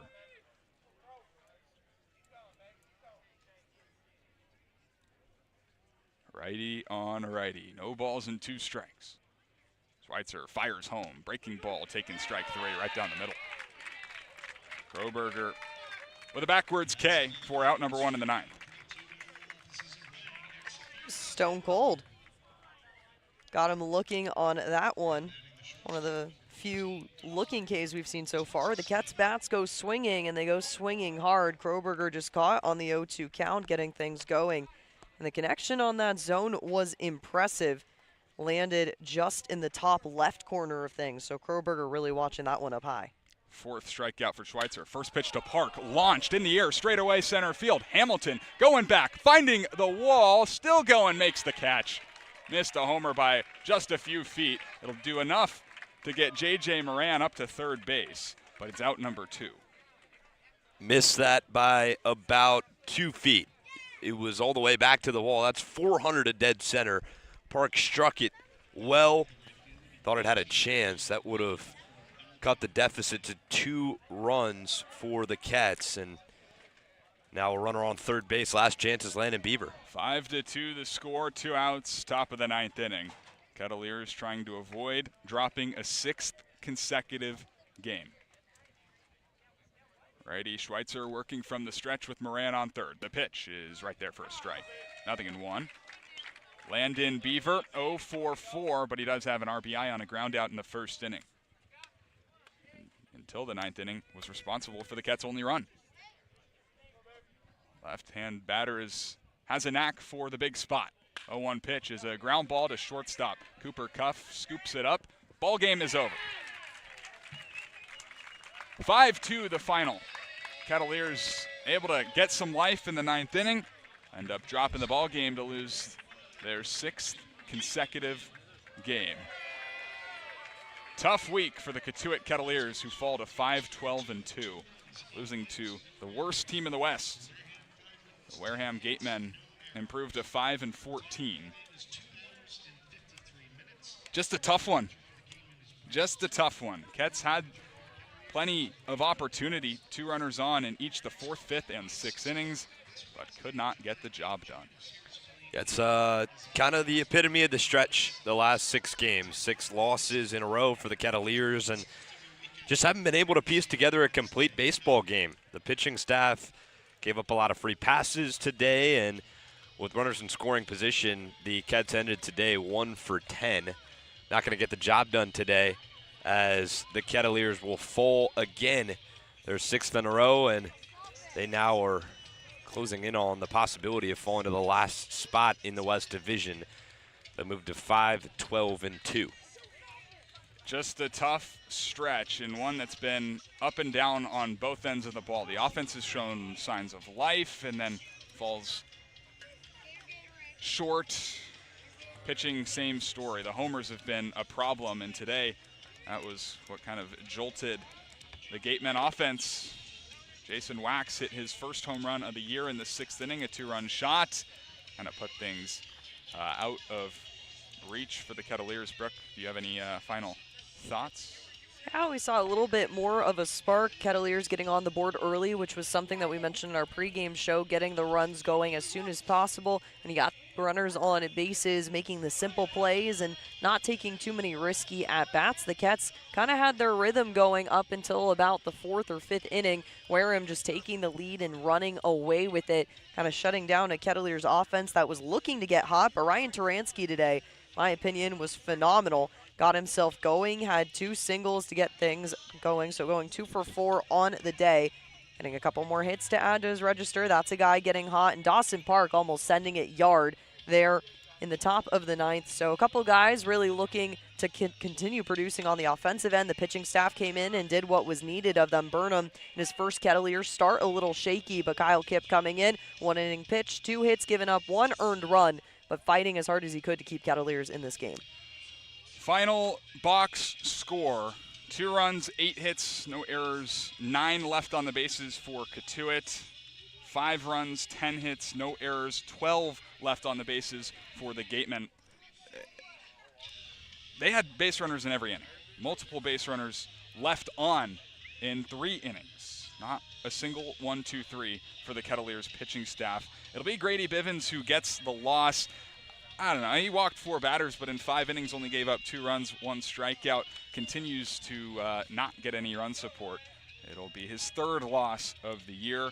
Bryce Turner gets the win, and Jake Schweitzer gets the 3-inning save. That's going to do it. Big time off day tomorrow for the Kettleers. They'll be back in action at 5 p.m. against Harwich on Tuesday. Liam, before we say goodnight, any final thoughts? Got to cherish the off day tomorrow. It's much needed for the Cats who have been playing a lot of baseball, basically 10 days straight. It's rewarded to take a day off tomorrow and then back at home for 2 games in a row. And that's a stretch that the Cats have the chance, gotta flip the script here after 6 straight losses. First pitch was at 6:01. Wrapped things up at 8:53 total time of game. 2 hours and 53 minutes. 5-2 the final. Cats fall to 5-12-2. Wareham improves to 5-14. Thank you all for tuning in from wherever you may have been. We do appreciate it. Hope you enjoyed the broadcast. It was a fun day of baseball. To our producer, Adriana Leone, our broadcast director, Joe Pratt, Brooke Killgore, and Liam Ervin, my partners in crime. My name is Carson Mercier, saying so long. We'll see you at Lowell Park on Tuesday at 5 p.m. Have a good night, everybody.